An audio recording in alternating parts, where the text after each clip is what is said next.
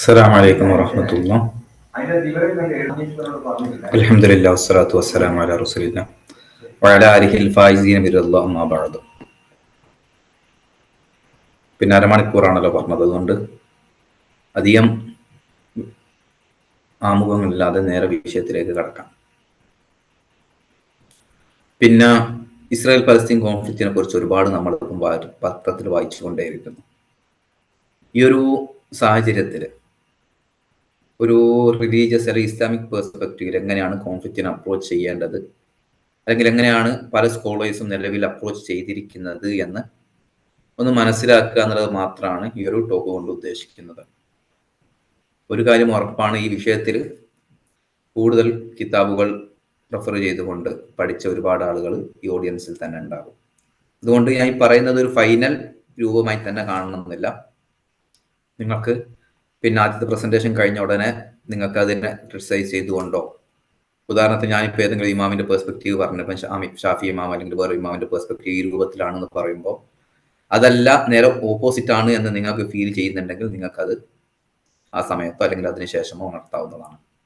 എന്തായാലും നിങ്ങളുടെ അടുത്തുനിന്ന് ആ രൂപത്തിലുള്ള ഒരു ക്രിട്ടിക്കൽ, ഒരു വളരെ ഇതിനായിട്ടുള്ളൊരു എൻഗേജ്മെന്റ് തീർച്ചയായും പ്രതീക്ഷിക്കുന്നുണ്ട്. അല്ലാഹു തൗഫീഖ് നൽകട്ടെ. ആദ്യമായിട്ട് ഇസ്ലാം എന്നൊരു മതം, അത് മറ്റു പല ആശയ സംഹിതകളിൽ നിന്ന് വിഭിന്നമായിട്ട് ഏകദേശം എല്ലാ വിഷയങ്ങളിലും ഒരു അഭിപ്രായം രേഖപ്പെടുത്തുന്ന, അല്ലെങ്കിൽ ഓരോ വിഷയത്തെയും ഓരോ എത്തിക്സ് ഏത് രൂപത്തിൽ, നമ്മൾ അഖലാഖ് എന്നൊക്കെ പഠിക്കുന്ന രൂപത്തിൽ ഏത് രൂപത്തിലാണ് നമ്മുടെ ജീവിതം, എങ്ങനെ പെരുമാറും, അങ്ങനെ ഒരുപാട് വിഷയങ്ങളിൽ ആശയങ്ങൾ മുന്നോട്ട് വെച്ച, ഒരുപാട് പ്രിൻസിപ്പിളുകൾ മുന്നോട്ട് വെച്ച ഒരു മതമാണ് ഇസ്ലാം എന്നുള്ളത്. സ്വാഭാവികമായിട്ടും രണ്ട് ടീമുകൾ തമ്മിൽ ഒരു പ്രശ്നം നടക്കുന്ന സമയത്ത് അതിനെ പ്രശ്നം പരിഹരിക്കാനും ഇസ്ലാം ഒരുപാട് പ്രിൻസിപ്പിളുകൾ മുന്നോട്ട് വെച്ചിട്ടുണ്ട്.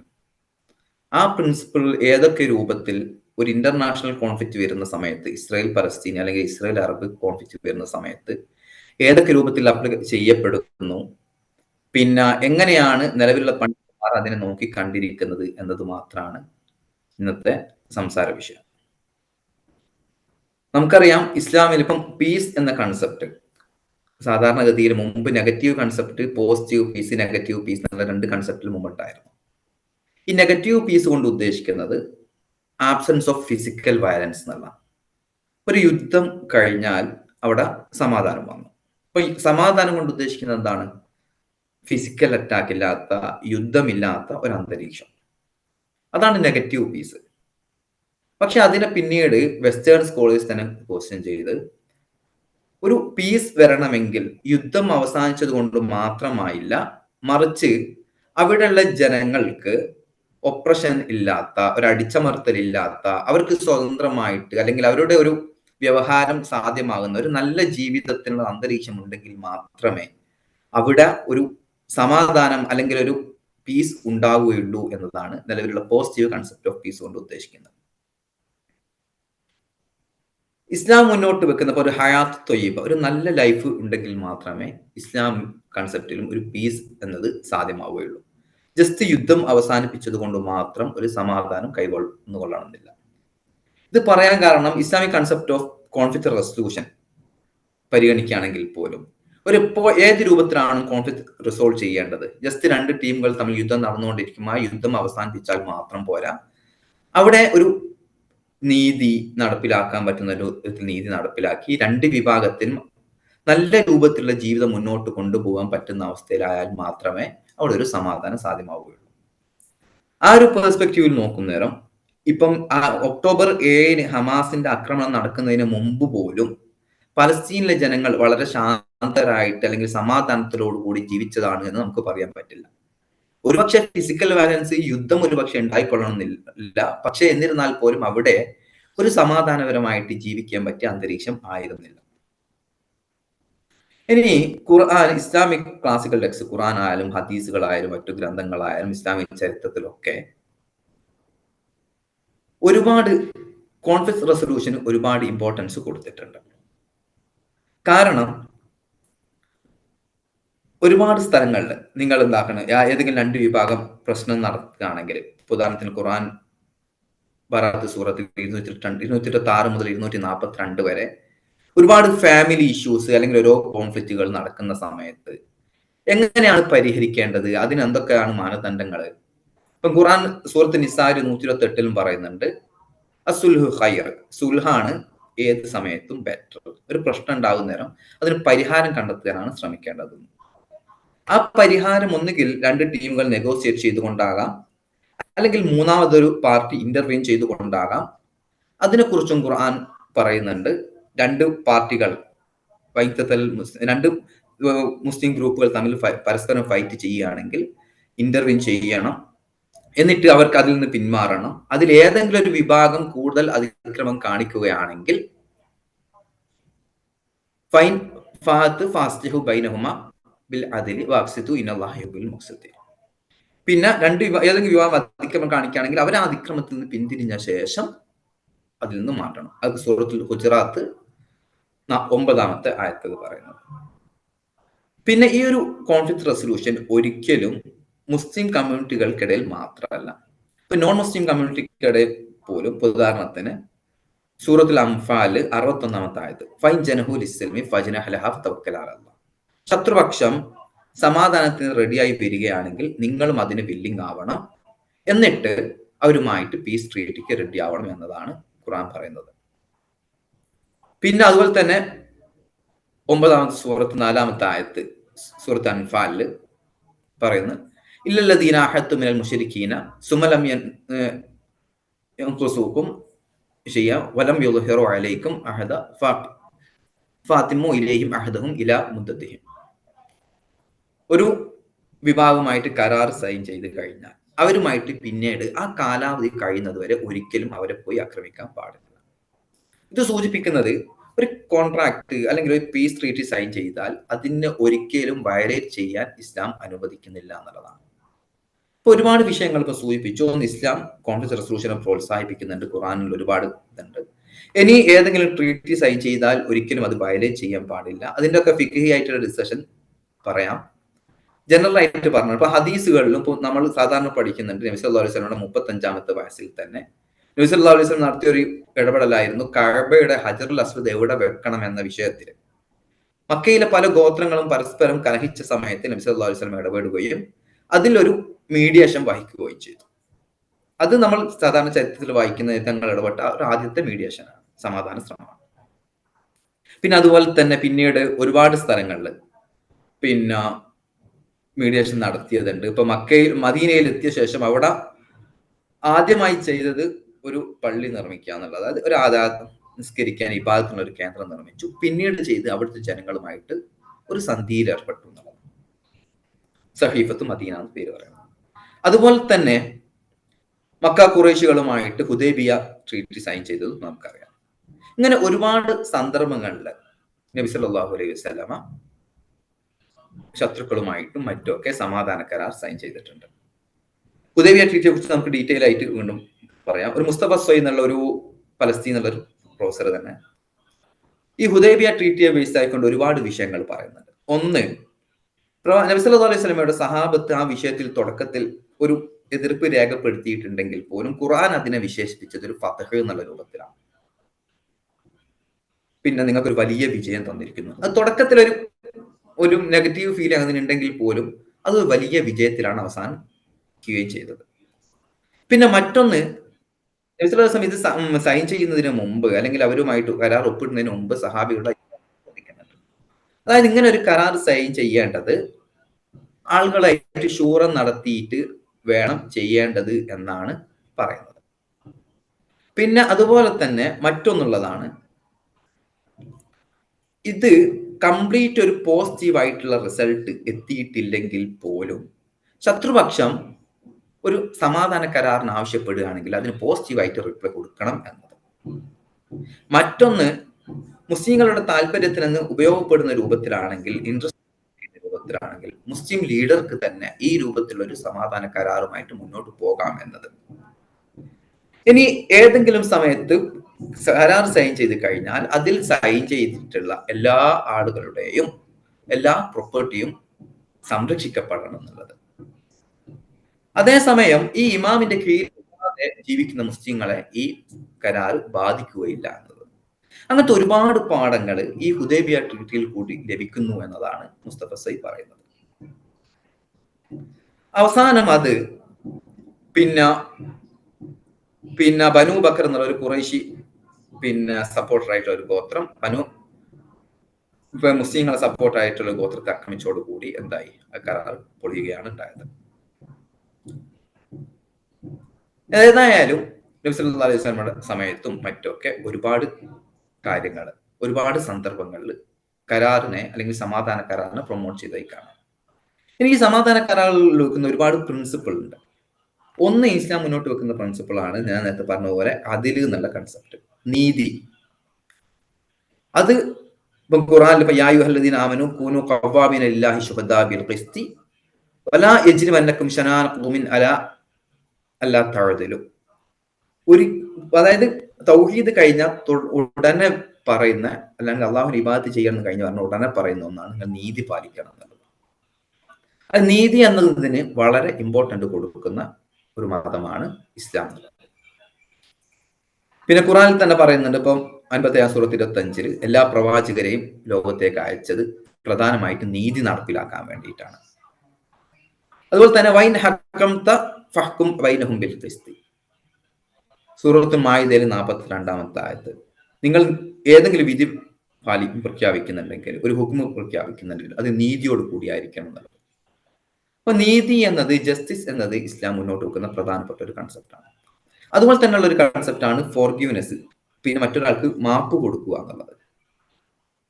പിന്നെ അള്ളാഹുവിന്റെ പേര് തന്നെ ഗഫാർ, റഊഫ്, റഹീം, അങ്ങനത്തെ ഒരുപാട് പേരുകൾ അള്ളാഹുവിന്റെ മറ്റുള്ളവർക്ക് പുറത്തു കൊടുക്കുന്ന, മാപ്പ് കൊടുക്കുന്ന ഒരു വിശേഷണമാണ് സൂചിപ്പിക്കുന്നത്.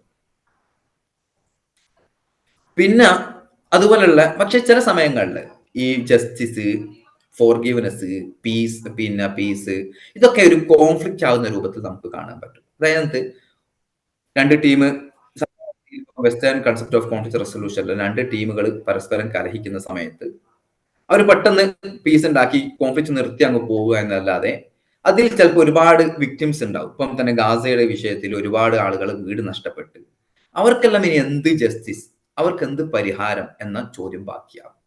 പലപ്പോഴും ജസ്റ്റ് കോൺഫ്ലിക്റ്റ് റെസൊല്യൂഷനിൽ പീസ് മാത്രം ഫോക്കസ് ചെയ്യുന്ന സമയത്ത്, ജസ്റ്റിസ് കംപ്ലീറ്റ് നിരാകരിക്കപ്പെടുന്ന സമയത്ത് അത് വീണ്ടും പുതിയ വയലൻസിലേക്ക് എത്തിപ്പെടാൻ സാധ്യതയുണ്ട്.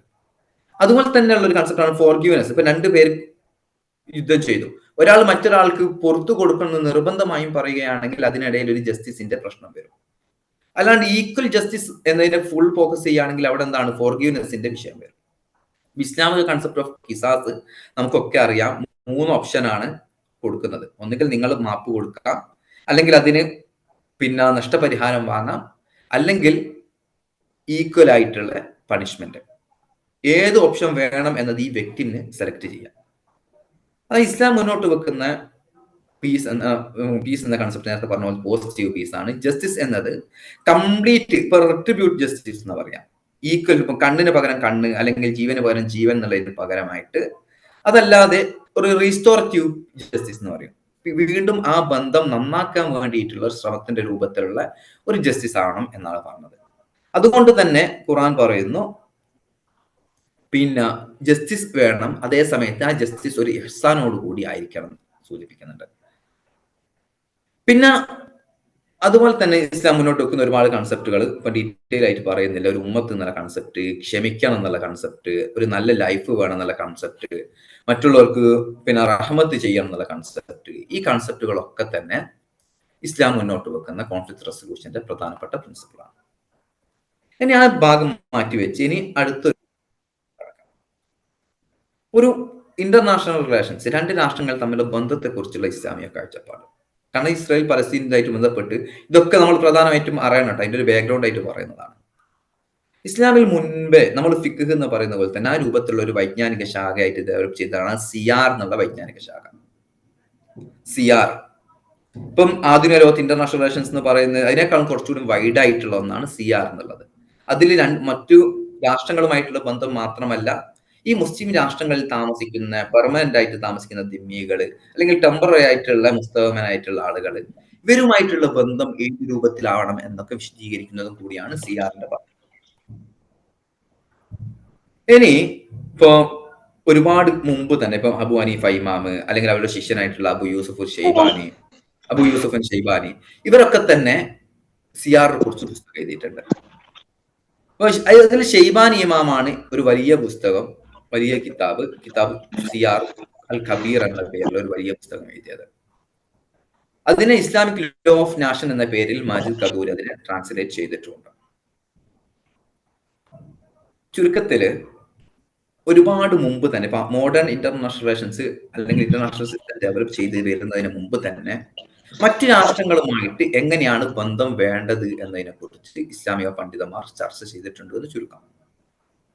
സാധാരണഗതിയിൽ ഒരു ഇസ്ലാമിക കാഴ്ചപ്പാടുള്ള ഒരു ലോക വീക്ഷണമായിട്ട് പറയപ്പെടുന്നത് ദാറുൽ ഇസ്ലാം ദാറുൽ ഹർബ് എന്നുള്ള കൺസെപ്റ്റാണ്. അതില് പലപ്പോഴും ചിലപ്പോൾ ചിത്രീകരിക്കപ്പെടുക ദാറുൽ ഇസ്ലാം ഏത് സമയത്തും ലോകത്തെ 2 ബൈനറി ആയി കാറ്റഗറൈസ് ചെയ്യുന്നു. അത് ദാറുൽ ഇസ്ലാം എന്നുള്ള ഇസ്ലാമിക രാഷ്ട്രം, ദാറുൽ ഹർബ് എന്നുള്ള അവരുമായിട്ട് യുദ്ധം ചെയ്യേണ്ട സ്ഥലങ്ങൾ എന്ന രൂപത്തിലല്ല അതിന്റെ ഒരു ആയിക്കൊള്ളണമെന്നല്ല. അതിന് തന്നെ വ്യത്യസ്തമായിട്ടുള്ള മീനിങ്ങുകൾ പല പണ്ഡിതന്മാരും പറഞ്ഞിട്ടുണ്ട്. ഇപ്പൊ ഉദാഹരണത്തിന് ചിലപ്പോൾ ദാറുൽ ഇസ്ലാം എന്നതിന് ഒരു സെക്യൂരിറ്റി ഇല്ല. ഇപ്പൊ ചിലർ പറയുന്നത് ഇസ്ലാം മെജോറിറ്റി ആയിട്ടുള്ള രാഷ്ട്രങ്ങളാണ് ദാറുൽ ഇസ്ലാം എന്നുകൊണ്ട് ഉദ്ദേശിക്കുന്നത്. മുസ്ലിങ്ങൾ മെജോറിറ്റി ആയിട്ടുള്ള സ്ഥലം. അപ്പം ദാറുൽ ഹർബ് ഏതായിരിക്കും? മുസ്ലിങ്ങൾ മെജോറിറ്റി അല്ലാത്ത സ്ഥലം. ജസ്റ്റ് ബൈനറി അർത്ഥത്തിൽ വെക്കുകയാണെങ്കിൽ ഉണ്ടാവും. അല്ലെങ്കിൽ ഇസ്ലാമിക നിയമങ്ങൾ അപ്ലൈ ചെയ്യപ്പെടുന്ന സ്ഥലം എന്നാണ് അർത്ഥം വെക്കുന്നത് എങ്കിൽ നിലവിലുള്ള പല മുസ്ലിം മെജോറിറ്റി രാഷ്ട്രങ്ങളും ശരിയത്ത് നിയമപ്രകാരമായിരിക്കില്ല ഭരണം നടക്കുന്നത്. അതിനെ ചിലപ്പോൾ ദാറുൽ ഇസ്ലാം എന്ന ആ ഒരു അർത്ഥത്തിൽ വിശേഷിപ്പിക്കാൻ പറ്റിക്കൊള്ളണമെന്നില്ല. അങ്ങനെ ഡെഫിനിഷൻ വെക്കുകയാണെങ്കിൽ ചിലര് ദാറുൽ ഇസ്ലാം എന്നതിനെ സമാധാനപരമായിട്ട് അങ്ങനെ പല ഹനഫി സ്കോളേഴ്സും ആ രൂപത്തിൽ പ്രിഫർ ചെയ്യുന്നുണ്ട്. സമാധാനപരമായിട്ട് ജീവിക്കാൻ പറ്റിയ സ്ഥലമാണ് ദാറുൽ ഇസ്ലാം. ഇപ്പൊ ദാറുൽ ഹർബ് ഏതാണ്? ഇപ്പൊ കേരളത്തിൽ തന്നെ ഇപ്പൊ സൈനുദ്ദീൻ മഖ്ദൂം തങ്ങൾ ഇപ്പം സാമൂതിരിയുടെ ഭരണകൂടത്തിൽ ദാറുൽ ഇസ്ലാം രൂപത്തിൽ വിശേഷിപ്പിച്ചതായിട്ട് പറയാറുണ്ട്. അത് സമാധാനത്തോടു കൂടി ജീവിക്കാൻ പറ്റിയ സ്ഥലം. മുസ്ലിം നിയമങ്ങളാവണമെന്നില്ല, മുസ്ലിങ്ങൾ മെജോറിറ്റി ആവണമെന്നില്ല. നേരെ ഓപ്പോസിറ്റ് ദാറുൽ ഹർബ് എന്നുള്ളത് ഒരു സമാധാനമില്ലാത്ത യുദ്ധോരാന്തരീക്ഷം നിലനിൽക്കുന്ന സ്ഥലങ്ങൾ. ഇപ്പൊ താഹുൽ ഖാദിരി ഒരു പ്രസംഗത്തിൽ സൂചിപ്പിക്കുന്നത് കേട്ടും ആ ഒരു അർത്ഥത്തിൽ വെക്കുകയാണെങ്കിൽ നിലവിലുള്ള പല മുസ്ലിം മെജോറിറ്റി രാഷ്ട്രങ്ങളും സിറിയ മറ്റുപോലത്തെ പല രാഷ്ട്രങ്ങളും ദാറുൽ ഹർബ് എന്ന് വിളിക്കേണ്ടി വരും. കാരണം സമാധാനത്തിൽ കഴിയാൻ പറ്റുന്നില്ല മുസ്ലിങ്ങൾക്ക്. നേരെ ഓപ്പോസിറ്റ് ഓസ്ട്രേലിയ, അമേരിക്ക, കാനഡ പോലത്തെ പല സ്ഥലങ്ങളും ഒരു സമാധാനപരമായിട്ട് ജീവിക്കുന്ന സ്ഥലങ്ങളായതുകൊണ്ട് ദാറുൽ ഇസ്ലാം എന്ന് വിളിക്കേണ്ടി വരും. അങ്ങനെ വ്യത്യസ്തമായിട്ടുള്ള അർത്ഥങ്ങൾ ഇതിന് ഇപ്പം ബൈനറി അർത്ഥത്തിൽ തന്നെ കൊടുക്കുന്നുണ്ട്. എന്നിരുന്നാൽ പോലും ഇപ്പം റാസി ഇമാമ് ദാറുൽ ഇസ്ലാം ദാറുൽ ഹർബ് എന്നതിന് പകരമായിട്ട് ദാറുൽ ഇജാബ ദാറുൽ ദഅവ എന്നുള്ള ഒരു പദം ഉപയോഗിക്കുന്നത്. ദാറുൽ ഇജാബ കൊണ്ട് ഉദ്ദേശിക്കുന്നത് ഓൾറെഡി ഇസ്ലാം പ്രാക്ടീസ് എത്തിയ സ്ഥലങ്ങൾ, ഇനി പ്രൊപ്പഗേഷൻ നടക്കേണ്ട സ്ഥലങ്ങളാണ് ദാറുൽ ദഅവ. പിന്നെ ഇപ്പൊ ഷാഫി ഇമാമ് തന്നെ ദാറുൽ അഹദ് എന്നുള്ള കൺസെപ്റ്റ്, പിന്നെ അതുപോലെ തന്നെ ദാറുൽ അമാന്, അങ്ങനെ പല കൺസെപ്റ്റുകൾ. ഇപ്പൊ അത് ഇപ്പം തുടങ്ങിയതല്ല. ഇപ്പൊ നബി സല്ലല്ലാഹു അലൈഹി വസല്ലമയുടെ കാലത്ത് തന്നെ അറേബ്യയിലെ നജ്റാനിലുള്ള ക്രിസ്ത്യാനികളായിട്ട് നബി സല്ലല്ലാഹു അലൈഹി വസല്ലം പീസ് ട്രീറ്റി ഉണ്ടാക്കിയിരുന്നു. അവരുമായിട്ട് നല്ല രൂപത്തിൽ ജീവിച്ചിരുന്നു. അതായത് ദാറുൽ ഇസ്ലാം ദാറുൽ ഹർബ് ലോകത്തെ കൃത്യമായിട്ട് 2ആയിട്ട് മാത്രം ഡിവൈഡ് ചെയ്യാൻ പറ്റില്ല. ഒരുപാട് വേറെ കാറ്റഗറികൾ ഉണ്ട്. ഇപ്പൊ ആധുനിക കാലത്ത് ഈ മുസ്ലിം രാഷ്ട്രങ്ങളായാലും നോൺ മുസ്ലിം രാഷ്ട്രങ്ങളെല്ലാം എല്ലാം തന്നെ യുണൈറ്റഡ് നാഷന്റെ നോൺ അഗ്രഷൻ ട്രീറ്റി സൈൻ ചെയ്തതായതുകൊണ്ട്, പരസ്പരം യുദ്ധം ചെയ്യില്ല എന്നുള്ള ട്രീറ്റി സൈൻ ചെയ്തതായതുകൊണ്ട് ഇവരെല്ലാം ഒന്നുകിൽ ദാറുൽ അഹദ് എന്ന കാറ്റഗറിയിൽ ഒരുപക്ഷെ നമുക്ക് വിശേഷിപ്പിക്കാൻ പറ്റേണ്ടി വരും. അപ്പൊ നിലവിൽ എന്താണ് ദാറുൽ ഹർബ് എന്ന കാറ്റഗറി വളരെ കുറവായിരിക്കും. കാരണം ആരുമായിട്ടും ഒരു യുദ്ധ അന്തരീക്ഷത്തിലല്ല ഉള്ളത്, എല്ലാവരുമായിട്ടും സമാധാന കരാർ സൈൻ ചെയ്തിട്ടുണ്ട്. അതുകൊണ്ട് ഇതെല്ലാം ഒരു ദാറുൽ അഹദ് എന്നോ മറ്റേ കാറ്റഗറിയിലാണ് വരുന്നത്. ഇനി ഒരു മുസ്ലിം രാഷ്ട്രം നോൺ മുസ്ലിം രാഷ്ട്രവുമായിട്ടുള്ള ബന്ധം ഏത് രൂപത്തിലാവണം എന്നതാണ് മറ്റൊന്ന് പറയേണ്ടത്. ഇപ്പൊ ദാറുൽ ഇസ്ലാം ദാറുൽ ഹർബ് ചിലര് പിന്നെ original state of relationship peace എന്ന രൂപത്തിലാണ് പല സ്കോളേഴ്സും പറഞ്ഞത്. അതായത് ഒരു മുസ്ലിം രാഷ്ട്രം നോൺ മുസ്ലിം രാഷ്ട്രവും ഒരു പ്രശ്നവും ഇല്ലാത്ത സാധാരണ അന്തരീക്ഷത്തിൽ അവർ സമാധാനപരമായിട്ടാണ് ജീവിക്കേണ്ടത്. അതാണ് അടിസ്ഥാന ബന്ധം പീസ് എന്നത്. ഇനി ഇങ്ങോട്ടേക്ക് ആക്രമണം വന്നാൽ തിരിച്ചൊരു പക്ഷേ ആക്രമിക്കേണ്ടി വരും. അല്ലെങ്കിൽ വലിയ ഒരു ഹ്യൂമൻ റൈറ്റ് വയലേഷൻ ഓപ്പറേഷൻ ഒക്കെ വരികയാണെങ്കിൽ ചിലപ്പം ഇടപെടേണ്ടി വരും. അതല്ലാത്തൊരു നോർമൽ അന്തരീക്ഷത്തിൽ സമാധാനപരമായിട്ടാണ് നിൽക്കേണ്ടത്. അതാണ് അടിസ്ഥാനപരമായിട്ടുള്ള ബന്ധം പീസ് ആണ് എന്നതുകൊണ്ട് ഉദ്ദേശിക്കുന്നത്. ഇപ്പം സൂറത്ത് നിസാ അള്ളാഹു പറയുന്നു, പിന്നെ ഏതെങ്കിലും വിഭാഗം നിങ്ങളെ ആക്രമിക്കുന്നില്ലെങ്കിൽ അവരുമായിട്ട് പിന്നെ ഒരിക്കലും നിങ്ങൾ യുദ്ധം ചെയ്യാൻ പോകരുത്. സൂറത്ത് നിസായിൽ 90-ാമത്തെ ആയത്ത്. അതുപോലെ തന്നെ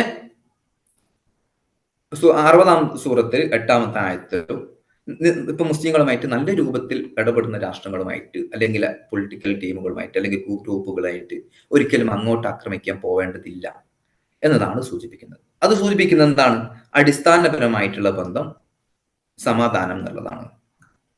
എന്നാൽ ചില സ്കോളേഴ്സ് പറയുന്ന അടിസ്ഥാനപരമായിട്ടുള്ള ബന്ധം സമാധാനം എന്നല്ല, യുദ്ധം എന്നുള്ളതാണ്. ദാറുൽ ഇസ്ലാം, ദാറുൽ ഹർബ് എന്നുള്ള 2 കാറ്റഗറിയാണുള്ളത്. അവസാന ലക്ഷ്യം, ഫൈനൽ ലക്ഷ്യം ഈ ലോകം മൊത്തം ദാറുൽ ഇസ്ലാം എന്നുള്ള കാറ്റഗറിയിൽ പെടുത്തുക എന്നുള്ളതാണ്. അപ്പൊ അതുകൊണ്ട് ആ ലക്ഷ്യം ഇപ്പം യുദ്ധം ചെയ്യാൻ പറ്റില്ലെങ്കിൽ തൽക്കാലം സമാധാനമാകാം. ഇത് ഏത് സമയത്താണോ യുദ്ധം ചെയ്യാൻ പറ്റുക ആ സമയത്ത് പോയി യുദ്ധം ചെയ്യണം എന്ന രൂപത്തിൽ പറയുന്നവരുണ്ട്. എന്നാലും ഭൂരിഭാഗം പണ്ഡിതന്മാരുടെയും അഭിപ്രായം അടിസ്ഥാനപരമായിട്ടുള്ള ബന്ധം സമാധാനപരമാണ് എന്നതാണ്. ഒരു യുദ്ധം ചെയ്യേണ്ടത് അത്യാവശ്യ ഘട്ടങ്ങളിൽ മാത്രമായിരിക്കുകയും വേണം. അതുപോലെ തന്നെ ഒരു ഒഫൻസീവ് ആയിട്ടുള്ള വാർ, അങ്ങോട്ട് പോയി യുദ്ധം ചെയ്ത് ആക്രമിച്ച് എല്ലാ നഗരവും കീഴടക്കുക എന്നത് പ്രോത്സാഹിപ്പിക്കുന്നില്ല. ഇനി മറ്റൊരു മുസ്ലിം രാഷ്ട്രവുമായിട്ട് നോൺ മുസ്ലിം രാഷ്ട്രവുമായിട്ട് സമാധാന കരാർ സൈൻ ചെയ്യുന്നതിനെ കുറിച്ചുള്ള ചില ചർച്ചകൾ പറയാം. ഏകദേശം എല്ലാ പണ്ഡിതന്മാരും മറ്റു രാഷ്ട്രവുമായിട്ട് സമാധാന കരാർ സൈൻ ചെയ്തതിന് അംഗീകരിച്ചിട്ടുണ്ട്. അതിന് ഓക്കെ എന്ന് പറഞ്ഞിട്ടുണ്ട്. മതപരമായിട്ടുള്ള സാധുത കൊടുത്തിട്ടുണ്ട്. കാരണം നബി സല്ലല്ലാഹു അലൈഹി വസല്ലം തന്നെ ഞാൻ നേരത്തെ സൂചിപ്പിച്ചതുപോലെ പല ആളുകളുമായിട്ട് ഇപ്പൊ നജ്റാനിലെ രാജാവായാലും അല്ലെങ്കിൽ മക്ക ഖുറൈശികളായാലും അല്ലെങ്കിൽ മദീനയിലുള്ള പിന്നെ ജൂയിഷ് ഗോത്രങ്ങളെ അവരുമായിട്ടെല്ലാം സമാധാന കരാർ സൈൻ ചെയ്തിട്ടുണ്ട്. എന്നാൽ ഇവർക്ക് ചില അഭിപ്രായ വ്യത്യാസങ്ങൾ ഉള്ളത് ഏത് സമയത്ത് സൈൻ ചെയ്യാം, എത്ര പീരീഡിനേക്ക് സൈൻ ചെയ്യാൻ പറ്റും, ആരാണ് സൈൻ ചെയ്യേണ്ടത്, സൈൻ ചെയ്താൽ എപ്പോൾ ലംഘിക്കാൻ പറ്റും, ഇങ്ങനത്തെ കാര്യങ്ങളെ കുറിച്ചുള്ള അഭിപ്രായ വ്യത്യാസങ്ങളുണ്ട്. അധിക പണ്ഡിതന്മാരും പിന്നെ ഇപ്പം അബു ഹനീഫ ഇമാം, മാലിക് ഇമാം, ഷാഫി ഇമാം, ഹംബലി ഇമാം, പ്രധാനപ്പെട്ട ഇമാമുമാരെല്ലാം ഉൾപ്പെടെ ഏതെങ്കിലും ബെനഫിറ്റ് ഒരു ശത്രു രാജ്യവുമായിട്ട് സമാധാന കരാർ സൈൻ ചെയ്താൽ ഈ രാഷ്ട്രത്തിന്, മുസ്ലിം രാഷ്ട്രത്തിന് എന്തെങ്കിലും ബെനഫിറ്റ് ഉണ്ട് എന്ന് ഇവിടുത്തെ രാഷ്ട്ര നേതാക്കന്മാർക്ക് തോന്നുന്നു എങ്കിൽ സൈൻ ചെയ്യാം. മസ്ലഹത്ത് എന്നുള്ള പദമാണ് ഉപയോഗിച്ചത്. എന്തെങ്കിലും മസ്ലഹത്ത് ഉണ്ട് എന്ന് തോന്നും സൈൻ ചെയ്താൽ, അങ്ങനെയാണെങ്കിൽ സൈൻ ചെയ്യാം എന്നാണ് പറഞ്ഞിരിക്കുന്നത്. അതാണ് ഭൂരിഭാഗം പണ്ഡിതന്മാരുടെ അഭിപ്രായം. എന്നാൽ ചില ആളുകൾ, ഉദാഹരണത്തിന് ഷൈബാനി, ഖുർത്തുബി, സുയൂത്തി, ഇബ്നു തൈമിയ്യ, അങ്ങനെ ചില സ്കോളേഴ്സിന്റെ അഭിപ്രായത്തിൽ ജസ്റ്റ് മസ്ലഹത്ത് ഉണ്ടായാൽ മാത്രം പോരാ, അടിസ്ഥാനപരമായിട്ടുള്ള ബന്ധം യുദ്ധം എന്നുള്ളതാണല്ലോ അവരുടെ അഭിപ്രായം. അപ്പൊ അടിസ്ഥാനപരമായിട്ടുള്ള ബന്ധം യുദ്ധമായതുകൊണ്ട് ഒരു നിരക്കും പിന്നെ യുദ്ധം ചെയ്യാൻ പറ്റില്ല. ഒരു കമ്പൽസറി, ഒരു ലറൂറത്ത് ഉണ്ടെങ്കിൽ മാത്രമേ ശത്രുക്കളുമായിട്ട് സമാധാന കരാർ സൈൻ ചെയ്യാൻ പറ്റുമെന്ന് പറഞ്ഞ ആളുകളുമുണ്ട്. എന്നാൽ ഭൂരിഭാഗം പണ്ഡിതന്മാരുടെയും അഭിപ്രായം സമാധാന കരാർ സൈൻ ചെയ്യുന്നത് അലോഡാണ് എന്നുള്ളതാണ്. കാരണം നേരത്തെ സൂചിപ്പിച്ച പല ആയത്തുകളിലും പറഞ്ഞതുപോലെ ശത്രുക്കൾ ഇങ്ങോട്ടേക്ക് സമാധാനം ഓഫർ ചെയ്യുകയാണെങ്കിൽ സ്വീകരിക്കണം എന്ന് പറഞ്ഞല്ലോ. ഫൈൻ ജനഹുലിസ്സൽമി ഫജനഹലഹ ഫതവക്കൽ അലല്ലാഹ്. ശത്രുക്കൾ സമാധാനം ഓഫർ ചെയ്യുകയാണെങ്കിൽ, ഞങ്ങൾ പീസിന് റെഡിയാണെന്ന് പറയുകയാണെങ്കിൽ പിന്നെ അവരുമായിട്ട് യുദ്ധം ചെയ്യരുത് എന്നതുകൊണ്ട് സൂചിപ്പിക്കുന്നത് ഒരു അത്യാവശ്യം ലറൂറത്ത് ഇല്ലാതെ തന്നെ സമാധാന കരാർ സൈൻ ചെയ്യാൻ പറ്റും എന്നുള്ളതാണ്. പിന്നെ മറ്റൊന്ന് ഓർക്കേണ്ടത്, എത്ര വർഷത്തേക്കാണ് സമാധാന കരാർ സൈൻ ചെയ്യാൻ പറ്റുക എന്നുള്ളതാണ്. ഏകദേശം അധിക പണ്ഡിതന്മാരുടെയും അഭിപ്രായം ഒരു ടൈം ലിമിറ്റ് വെക്കണം എന്നുള്ളതാണ്. 10 വർഷം, 50 വർഷം, 100 വർഷം. ഇപ്പം ഷാഫി ഇമാം, പല പണ്ഡിതന്മാരും മാക്സിമം 10 വർഷമേ പറ്റൂ എന്ന് പറഞ്ഞവരുണ്ട്. എന്നാൽ ടൈം ലിമിറ്റ് വെക്കണം എന്നാണ് അധിക പണ്ഡിതന്മാരുടെയും അഭിപ്രായം. ഈ മാക്സിമം ലിമിറ്റിനെ കുറിച്ച് അഭിപ്രായ വ്യത്യാസം ഉണ്ടെങ്കിൽ പോലും. എന്നാൽ ചില പണ്ഡിതന്മാർ ടൈം ലിമിറ്റ് വെക്കണം എന്നില്ല. അപ്പൊ ഇബ്നു തൈമിയ്യ, ഇബ്നു ഖയ്യിം ഒക്കെ പറയുന്നത് ടൈം ലിമിറ്റ് വെക്കണം എന്നില്ല, അൺസ്പെസിഫിഡ് ആയിട്ടുള്ള പീരീഡിലേക്കും വേണമെങ്കിൽ ചെയ്യാം എന്ന രൂപത്തിൽ പറയുന്നുണ്ട്. കാരണം സമാധാന കരാർ സൈൻ ചെയ്യുന്നു ഇത്ര വർഷത്തേക്ക് എന്നില്ല. ഇനി ഇങ്ങനെ സൈൻ ചെയ്ത് കരാർ ലംഘിക്കാൻ പറ്റുമോ, എപ്പോഴാണ് ലംഘിക്കാൻ പറ്റുക എന്നുള്ളത്. ഇപ്പൊ ടൈം സ്പെസിഫൈ ചെയ്യണം എന്ന് പറഞ്ഞ പണ്ഡിതന്മാരുടെ എല്ലാവരുടെയും അഭിപ്രായം അങ്ങനെ ടൈം സ്പെസിഫൈ ചെയ്തിട്ടുണ്ടെങ്കിൽ ഒരിക്കലും അതിന് മുമ്പ് ലംഘിക്കാൻ പറ്റില്ല എന്നുള്ളതാണ്. ശത്രുക്കൾ ലംഘിക്കുന്നത് വരെ ലംഘിക്കാൻ പറ്റില്ല. ശത്രുക്കൾ ഈ സമാധാന കരാർ സൈൻ ചെയ്യുന്നത് അവരെന്താണ് ഇത് വയലേറ്റ് ചെയ്യുകയാണെങ്കിൽ പിന്നെ ഓക്കെ. അതല്ലാതെ അതുവരെ ഇത് റെസ്പെക്ട് ചെയ്യണം എന്നുള്ളതാണ് സൂചിപ്പിക്കുന്നത്.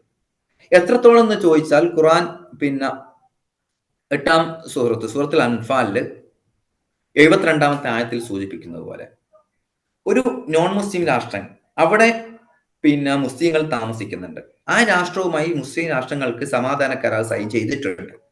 അങ്ങനെയാണെങ്കിൽ അവിടുത്തെ മുസ്ലിങ്ങളായിട്ടുള്ള ജനങ്ങൾ, അതായത് നോൺ മുസ്ലിം രാഷ്ട്രത്തിലെ മുസ്ലിങ്ങളായിട്ടുള്ള ജനങ്ങൾ പീഡനം അനുഭവിച്ചപ്പെട്ടാൽ പോലും, പെർസിക്യൂഷൻ അനുഭവിച്ചാൽ പോലും അവരുമായിട്ട് ആക്രമിക്കാൻ പോവരുത് എന്നതാണ് സൂറത്തുൽ അംഫാലിലുള്ള 72-ാമത്തെ ആയത്തിനെ വിശദീകരിച്ചുകൊണ്ട് ഇപ്പം മുഹമ്മദ് അസ്ദിനെ പോലുള്ള സ്കോളേഴ്സ് ഒക്കെ പറയുന്നത്. അതുകൊണ്ട് അതായത് മുസ്ലിങ്ങൾ തമ്മിലുള്ള ഒരു ബ്രദർഹുഡിനേക്കാളും കൂടുതൽ ഇമ്പോർട്ടന്റ് ആണ് ഒരു നോൺ മുസ്ലിം രാഷ്ട്രവുമായിട്ട് സമാധാന കരാർ സൈൻ ചെയ്താൽ അതിനെ റെസ്പെക്ട് ചെയ്യുക എന്നതാണ് അതിൽ നിന്ന് മനസ്സിലാക്കേണ്ടത്. ഇനി നമുക്ക് ഈ നിലവിലുള്ള പിന്നെ ഇസ്രായേൽ പലസ്തീൻ കോൺഫ്ലിക്റ്റിലേക്ക് വരാം. അതിനെ ഡീറ്റെയിൽ ആയിട്ട് പറയുന്നില്ല, നമുക്ക് വിഷയങ്ങൾ ചുരുക്കേണ്ടി വരും. നമ്മൾ ഒരുപാട് ഓൾറെഡി കേട്ടതായിരിക്കുമല്ലോ. ഇസ്രായേൽ പലസ്തീൻ നമുക്കറിയാം, അതുവരെ മുസ്ലിങ്ങൾ മെജോറിറ്റി ആയിട്ടുള്ള അല്ലെങ്കിൽ അറബുകൾ മെജോറിറ്റി ആയിട്ടുള്ള ഒരു സ്ഥലമായിരുന്നു. ഏകദേശം 1882 ഒരു 96% ജനങ്ങൾ അവിടെ നോൺ ജൂയിഷ് കമ്മ്യൂണിറ്റി അല്ലാത്ത ആളായിരുന്നു. അവിടെ അതിന്റെ മുമ്പ് ജൂയിഷ് കമ്മ്യൂണിറ്റി അവിടെ ജീവിച്ചിട്ടുണ്ട് എന്നുള്ളത് സത്യമാണ്. പക്ഷെ ഒരു 4% മാത്രം ജനങ്ങളെ 1882 ഉണ്ടായിരുന്നുള്ളൂ. പിന്നീട് കൂട്ടമായിട്ടുള്ള ജൂയിഷ് പലായനം, അതിന് അലിയ എന്ന് പറയും. ഫസ്റ്റ് അലിയ 1882 മുതൽ 1903 വരെയാണ്. പിന്നെ ഏകദേശം 25,000 ജൂയിഷ് കമ്മ്യൂണിറ്റി. അവർ ഒരു പൊളിറ്റിക്കൽ ലക്ഷ്യം ആയിരുന്നില്ല, ഇവിടെ വന്ന് താമസിക്കുക, സെറ്റിൽ ആകുക എന്നതൊക്കെയായിരുന്നു പ്രധാനമായിട്ടുള്ള ലക്ഷ്യം. അപ്പം അങ്ങനെയുള്ള ഒരു 25,000 ആളുകൾ തുടക്കത്തിൽ വന്നു. പിന്നീട് സെക്കൻഡ് അലിയ എന്നുള്ളത് ഫസ്റ്റ് വേൾഡ് വാറിന്റെ ആ ഒരു കോണ്ടെക്സ്റ്റിലാണ് വരുന്നത്. ആ സമയത്ത് ഏകദേശം 30,000 ജൂയിഷുകൾ പല സ്ഥലത്തുനിന്നായി വന്നു. പിന്നെ ഫസ്റ്റ് വേൾഡ് വാറിന് ശേഷവും പിന്നെ ബാൽഫർ ഡിക്ലറേഷന് ശേഷം ഒരുപാട് ജൂയിഷ് കമ്മ്യൂണിറ്റി വീണ്ടും കൂടി വന്നു. അങ്ങനെ 1922 പിന്നെ ഓട്ടോമൻ എംപയറിൽ നിന്ന് ഇത് ബ്രിട്ടീഷ് സാമ്രാജ്യത്തിലേക്ക് നീങ്ങുന്ന സമയത്ത് അവിടെ അറബികളായിട്ടുള്ള പോപ്പുലേഷൻ 88%, ജൂയിഷ് ആയിട്ടുള്ള പോപ്പുലേഷൻ 11% മാത്രമായിരുന്നു ഉള്ളത്. പിന്നീടാണ് ഒരുപാട് ജൂയിഷ് കമ്മ്യൂണിറ്റി വീണ്ടും കൂടിയേറി. സാധാരണ ഇതിനെ സെറ്റിലർ കൊളോണിയലിസം എന്നാണ് സ്കോളേഴ്സ് വിശേഷിപ്പിക്കുന്നത്. സാധാരണ ഇപ്പൊ ഇന്ത്യയിലും ബ്രിട്ടീഷുകാരൊക്കെ ഇന്ത്യയിൽ വന്നിട്ടുണ്ട്, അതൊരു കൊളോണിയൽ റൂൾ ആയിരുന്നു. അവരിവിടെ വന്നു ഇവിടുത്തെ എക്കണോമി ചൂഷണം ചെയ്തു പോകുന്നു, അതാണ് കൊളോണിയലിസം. സെറ്റിലർ കൊളോണിയലിസം കൊണ്ട് ഉദ്ദേശിക്കുന്നത് ജനങ്ങൾ തന്നെ വന്ന് താമസിച്ച് ഇവിടെയുള്ള ജനങ്ങളെ പുറത്താക്കിയിട്ട് ഈ രാഷ്ട്രം നേടിയെടുക്കുന്ന അങ്ങനത്തെ രാഷ്ട്രങ്ങളാണ്. ഇപ്പം കാനഡ, ഓസ്ട്രേലിയ പോലത്തെ രാഷ്ട്രങ്ങളാണ് സെറ്റിലർ കൊളോണിയൽ കൺട്രിയാണ്. അങ്ങനത്തെ ഒരു സെറ്റിലർ കൊളോണിയൽ ആണ് ഇപ്പം ഇസ്രായേൽ ഇപ്പം പലസ്തീൻ രാഷ്ട്രത്തിൽ നടത്തിയത്. അങ്ങനെ 1937 പിന്നെ അവിടുത്തെ ജൂയിഷ് ലാൻഡ് ആ സമയത്ത് ഒരുപാട് ലാൻഡ് മുസ്ലിം പിന്നെ അറബികളുടെ കയ്യിൽ നിന്ന് ക്യാഷ് കൊടുത്ത് വാങ്ങിയിട്ടുണ്ട്, ഒരുപാട് ലാൻഡ് അല്ലാതെ പിടിച്ചെടുത്തിട്ടുണ്ട്. ഒരു 7% ലാൻഡ് മാത്രമായിരുന്നു 1937 വരെയുള്ളത്. പിന്നീട് 1947 പിന്നെ 181 റെസൊല്യൂഷൻ 181 പ്രകാരം ജൂയിഷ് പോപ്പുലേഷന് 56% ലാൻഡും അറബ് പോപ്പുലേഷന് 43% ലാൻഡും കൊടുത്തു. അതായത് ചെറിയ ലാൻഡ് മാത്രമുള്ള ടോട്ടൽ ജനസംഖ്യയുടെ 1/3 മാത്രം വരുന്ന ജനസംഖ്യ വിഭാഗത്തിന് പകുതിയിലധികം, അത് തന്നെ ഏറ്റവും നല്ല ഫലപുഷ്ടമായിട്ടുള്ള ഭൂമി കൊടുക്കുകയാണ് ചെയ്തത്. അത് ഒരിക്കലും ആ സമയത്തുള്ള അറബുകൾക്കോ അറബ് രാഷ്ട്രങ്ങൾക്കോ അവിടുത്തെ ജനങ്ങൾക്കൊന്നും സ്വീകാര്യമായിരുന്നില്ല, അവർ അതിനെ എതിർത്തു. പക്ഷേ പിന്നീട് ഉള്ള ഭൂമി വീണ്ടും കൂടുതൽ പിടിച്ചെടുക്കുന്നു. 1948 ആകുമ്പോഴേക്ക് തന്നെ ഏകദേശം ടോട്ടൽ ലാൻഡിന്റെ 78% ഭൂമി ഇസ്രായേലിന്റെ കയ്യിലെത്തുന്നു. ഈ ഇസ്രായേൽ അവരുടെ വാഗ്ദത്ത ഭൂമി എന്ന രൂപത്തിലാണ് ഇത് അവകാശപ്പെടുന്നത്. എന്നാൽ സയണിസം രൂപീകരിക്കുന്ന സമയത്ത് പലസ്തീൻ എന്നത് മാത്രമായിരുന്നില്ല ഇവരുടെ ലക്ഷ്യം. പലസ്തീന്, അർജന്റീന, ഉഗാണ്ട, അങ്ങനെ പല സ്വപ്നങ്ങൾ ഉണ്ടായിരുന്നു. അവസാനം ഇവർ പലസ്തീൻ തന്നെ പ്രിഫർ ചെയ്യാണ് ഉണ്ടായത്. ഇവിടെ വാഗ്ദത്ത ഭൂമി എന്നുള്ളത് ഇപ്പം ബൈബിൾ പ്രകാരം തന്നെ നമുക്ക് മനസ്സിലാകും. ചർച്ചകൾക്ക് നമുക്ക് ഡീറ്റെയിൽ ആയിട്ട് വേണമെങ്കിൽ പിന്നെ പറയാം. ബൈബിൾ പ്രകാരം തന്നെ ഇത് ആദ്യം അവിടെ എത്തുന്ന ഇബ്രാഹിം നബി ഉർ എന്ന പ്രദേശത്തു നിന്നാണ്, അത് ഇറാഖിലെ ഉർ എന്ന പ്രദേശത്തു നിന്നാണ് അവിടെ വരുന്നത്. ഇബ്രാഹിം നബിക്കാണ് ആദ്യമായിട്ട് ഇത് വാഗ്ദാനം ലഭിക്കുന്നത്. പിന്നീട് അവരുടെ സന്തതികളായ ഇപ്പൊ ഇസ്മായിൽ നബി ആയാലും ഇസാഖ് നബി ആയാലും ആ വാഗ്ദാന പ്രകാരമാണെങ്കിൽ അവർക്കൊക്കെ അവിടെ താമസിക്കേണ്ടതാണ്. പക്ഷെങ്കിൽ പിന്നെ ഇബ്രാഹിം നബി തന്നെ അവസാനം സാറാ ബീവി മരണപ്പെട്ട സമയത്ത് അവിടുത്തെ ജനങ്ങൾ, ബൈബിളിന്റെ വിശദീകരിക്കുന്ന അവരുടെ ജനങ്ങളോട് ഞങ്ങൾ ഫോറിനേഴ്സ് ആണ്, ഞങ്ങൾ പരദേശികളാണ്, കുറച്ച് ഭൂമി വേണം എന്ന് പറഞ്ഞുകൊണ്ട് അവരുടെ മുന്നിൽ മുട്ടുകുത്തി യാചിച്ചുകൊണ്ടാണ് ഭൂമി ചോദിക്കുന്നതായി കാണാം. അപ്പൊ ഉൽപ്പത്തി പുസ്തകം 23:4 പുസ്തകത്തിലൊക്കെ അത് വിശദീകരിക്കുന്നുണ്ട്. ഏതായാലും അവിടെയുള്ള ഇസ്രായേൽസ് ഒരിക്കലും അവിടുത്തെ ജനങ്ങളായിരുന്നില്ല, അവിടുന്ന് പുറത്തുനിന്ന് വന്നതാണ് എന്നത് ബൈബിളിൽ തന്നെ പിന്നെ റെഫറൻസ് വെച്ച് നമുക്ക് തെളിയിക്കാൻ പറ്റുന്നതാണ്. ഇനി അവിടെയുള്ള ഒരു ഭൂമി ഇസ്രായേൽ എന്ന രാഷ്ട്രം ഓൾറെഡി രൂപീകരിച്ചല്ലോ. ഇനി ആ രാഷ്ട്രവുമായിട്ട് സമാധാന കരാർ സൈൻ ചെയ്യാൻ പറ്റുമോ ഇല്ലയോ? ഞാൻ നേരത്തെ സൂചിപ്പിച്ചു, സമാധാന കരാർ സൈൻ ചെയ്യുന്ന നേരം ഒരുപാട് പിന്നെ പ്രിൻസിപ്പിൾ അപ്ലൈ ചെയ്യേണ്ടതുണ്ട്. ജസ്റ്റിസ് വേണം, പീസ് വേണം, പിന്നെ ഫോർഗിവ്നെസ്, അങ്ങനത്തെ ഒരുപാട് ഇസ്ലാം മുന്നോട്ട് വെച്ച ഒരുപാട് കാര്യങ്ങളുണ്ട്. ഇസ്ലാമിന്റെ ചരിത്രത്തിൽ ഒരുപാട് സമാധാന കരാർ ചെയ്തതിന്റെ ചരിത്രവും ഉണ്ട്. ഇതൊക്കെ ബേസ് ആയിക്കൊണ്ട് ഇനി ഇസ്രായേൽ എന്നൊരു ഭൂമിയെ, അതൊരിക്കലും ഇസ്രായേലിന്റെ ഭൂമി ആയിരുന്നില്ല, പലസ്തീനുകളുടേതായിരുന്നു, അറബികളുടേതായിരുന്നു, പുറത്തുനിന്ന് താമസിച്ചവരാണ്, ഒക്കെ ശരി. ഇനി ആ രാഷ്ട്രവുമായിട്ട് മറ്റു മുസ്ലിം രാഷ്ട്രങ്ങൾക്ക് സമാധാന കരാർ സൈൻ ചെയ്യാൻ പറ്റുമോ? അവരുമായിട്ട് ട്രേഡ് അഗ്രിമെന്റ് പറ്റുമോ? അവരുമായിട്ട് നല്ല ബന്ധം, റിലേഷൻ നോർമലൈസ് ചെയ്യാൻ പറ്റുമോ? ഇതുമായി ബന്ധപ്പെട്ട് വലിയ ഡിബേറ്റുകൾ പിന്നീട് നടക്കുന്നുണ്ട്.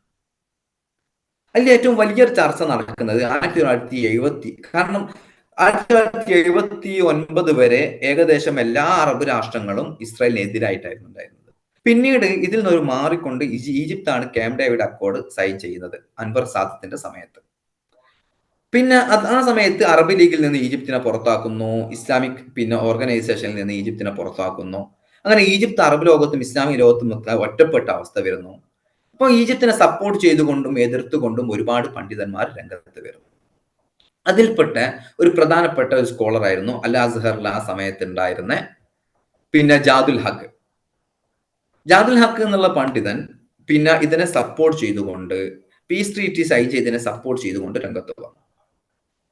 പിന്നെ അവര് മുന്നോട്ട് വെക്കുന്ന വാദങ്ങള്, ഒന്ന്, നബി സല്ലല്ലാഹു അലൈഹി വസല്ലമ പിന്നെ തന്റെ അനുയായികളും പിന്നെ ശത്രുക്കളുമായിട്ട് സമാധാന കരാർ സൈൻ ചെയ്തിട്ടുണ്ട്.